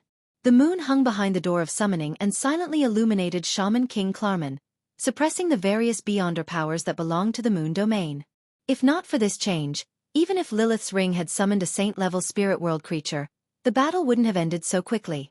Perhaps they would have had to wait until the Rose School of Thought Temperance Angel descended to gain an overwhelming advantage. A silvery white moon. Could it be that the ancestor had provided me with some help? Emlyn had a thought and made a corresponding guess. This matched the identity of the sanguine savior that the ancestor had appointed. After careful consideration, Emlyn no longer had any doubts about this guess, but unlike the past, he wasn't that excited or thrilled. After experiencing a battle at the demigod level and confirming that he was shouldering such an important responsibility, he felt no sense of pride. His heart was heavy from the pressure. Phew. A few seconds later, Emlyn opened his mouth and whispered, "I'm the savior of the sanguine." When he said this, his expression was abnormally solemn, somewhat dignified, without any hesitation. In the house where Emlyn met Marek and Sharon. When the sanguine saw the perfect doll-like lady take out 2 items, he heard her slightly ethereal voice say, "According to the agreement, we will only take one thing. This is the rest." The 2 items were a fist-sized gem condensed from thick blood. It emitted a crimson glow, like a miniature crimson moon. The other item was an exquisite male doll with 2 black holes as its eyes. Shaman King's Beyonder characteristic. General of the Pupil SI. Emlyn nodded and saw that the 2 items seemed to have a life of their own as they flew over. Just as he reached out to catch it, he heard Miss Sharon add, "The Shaman King Beyonder characteristic has some strange traces of corruption. Even the unshadowed spear was unable to cleanse it. It means that I need to find an angel to help me shatter it to remove the corruption?" Emlyn completely understood what Sharon was saying as he nodded slightly. "I understand what to do." Sharon, who was wearing a small black bonnet, immediately floated up and gave a curtsy. "Thank you for your help." "Likewise." Emlyn took off his hat and bowed in return. Above the grayish-white fog, inside the ancient palace, Klein looked at the wisps of black gas emanating from his body, shook his head, and sighed. "I actually got cursed by the abomination without realizing it. The projection of the chained god could be the culprit as well. I was even separated by a historical projection. If it were any saint without Sapphira Castle, they would probably experience a sudden death after thinking they were safe. As for Miss Messenger, there wasn't much of a problem even without the historical projection in between because she was a real angel. Therefore, Klein wasn't worried. After the black gas dissipated, Klein waited for a while. He waited until Emlyn sacrificed the items and requested Mr. Fool to help purify the Shaman King Beyonder characteristic. Strange corruption. From the mother tree of desire or the primordial moon? Klein picked up the miniature crimson moon and carefully observed it for a few seconds. During this process, he was on high alert, constantly preparing to mobilize Sapphira Castle's powers. If he wasn't at the level of an angel level here, he wouldn't have agreed to Emlyn's sacrifice. Instead, he would have chosen to smite down with power at the Sequence 2 level, shattering the characteristic and separating the corruption remotely. Back then, Klein didn't even dare to divine the werewolf beyonder characteristic that had been slightly influenced by the mother tree of desire. He had even hurriedly sold it. After examining it seriously, Klein pressed his right hand, causing the entire mysterious space to vibrate. The miniature crimson moon shattered with a crack, splitting into tiny red dots of light. Amongst these light dots, there was a small amount of red mist that evaporated, eventually forming a drop of fresh blood. Then, the red light dots gathered again, constantly condensing before transforming into the miniature crimson moon. However, compared to before, it was more translucent and pure. Klein conjured a fake hand, picked up the drop of seemingly fresh blood, and discovered that it contained immense vitality. It's not at the angel level, but it's a little strange. It seems to have received an evil god's blessings. As Klein cut off all the invisible connections that resulted from the blood, he took a paper figurine and attempted to press the drop of blood onto it. The moment the blood came into contact with the paper figurine, it immediately seeped in. In the next second, the paper figurine's stomach strangely bulged and exploded. At the moment the paper figurine tore apart, a new paper figurine with a hint of crimson crawled out from its stomach. It seemed to have fully developed features. The power of reproduction. Klein frowned slightly as he stabbed with his right hand, reducing the newly born paper figurine into powder. A tiny amount of blood-colored mist emanated again, condensing into a drop of blood. The characteristic and spirituality were only slightly weakened. It needs to be repeated more than 100 times before it can be completely removed. Klein silently assessed as he gathered the powers of Sapphira Castle to seal the drop of blood. He then looked up and cast his gaze at the male doll on the long mottled table. The palm-sized doll in a formal suit was prostrating. It didn't dare to look up. Oh, how easy is it to deal with those with living characteristics?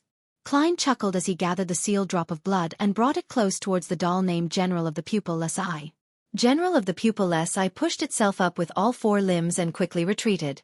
After a pause, it pressed its forehead against the table, emitting a sound indecipherable to humans. Declaring your subservience? Very good, Klein replied with a smile and casually instructed, show me your abilities. After a series of demonstrations, he confirmed that General of the Pupilless Eye could possess a target and affect lifeless items. It also had some level of control over mystical items that no one possessed or had spirituality injected into. The latter power might be very useful at certain times.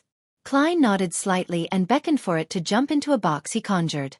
After carefully sealing it, Klein threw the box and the drop of blood into the junk pile to let them familiarize themselves with their future lives. As for the negative effects of General of the Pupilless Eye, Klein believed that they could discuss and resolve it amicably and normally. You're tuning in to the Xiaofan's Wuxia Tales YouTube channel. Don't forget to subscribe and join us on this journey to catch the most captivating stories.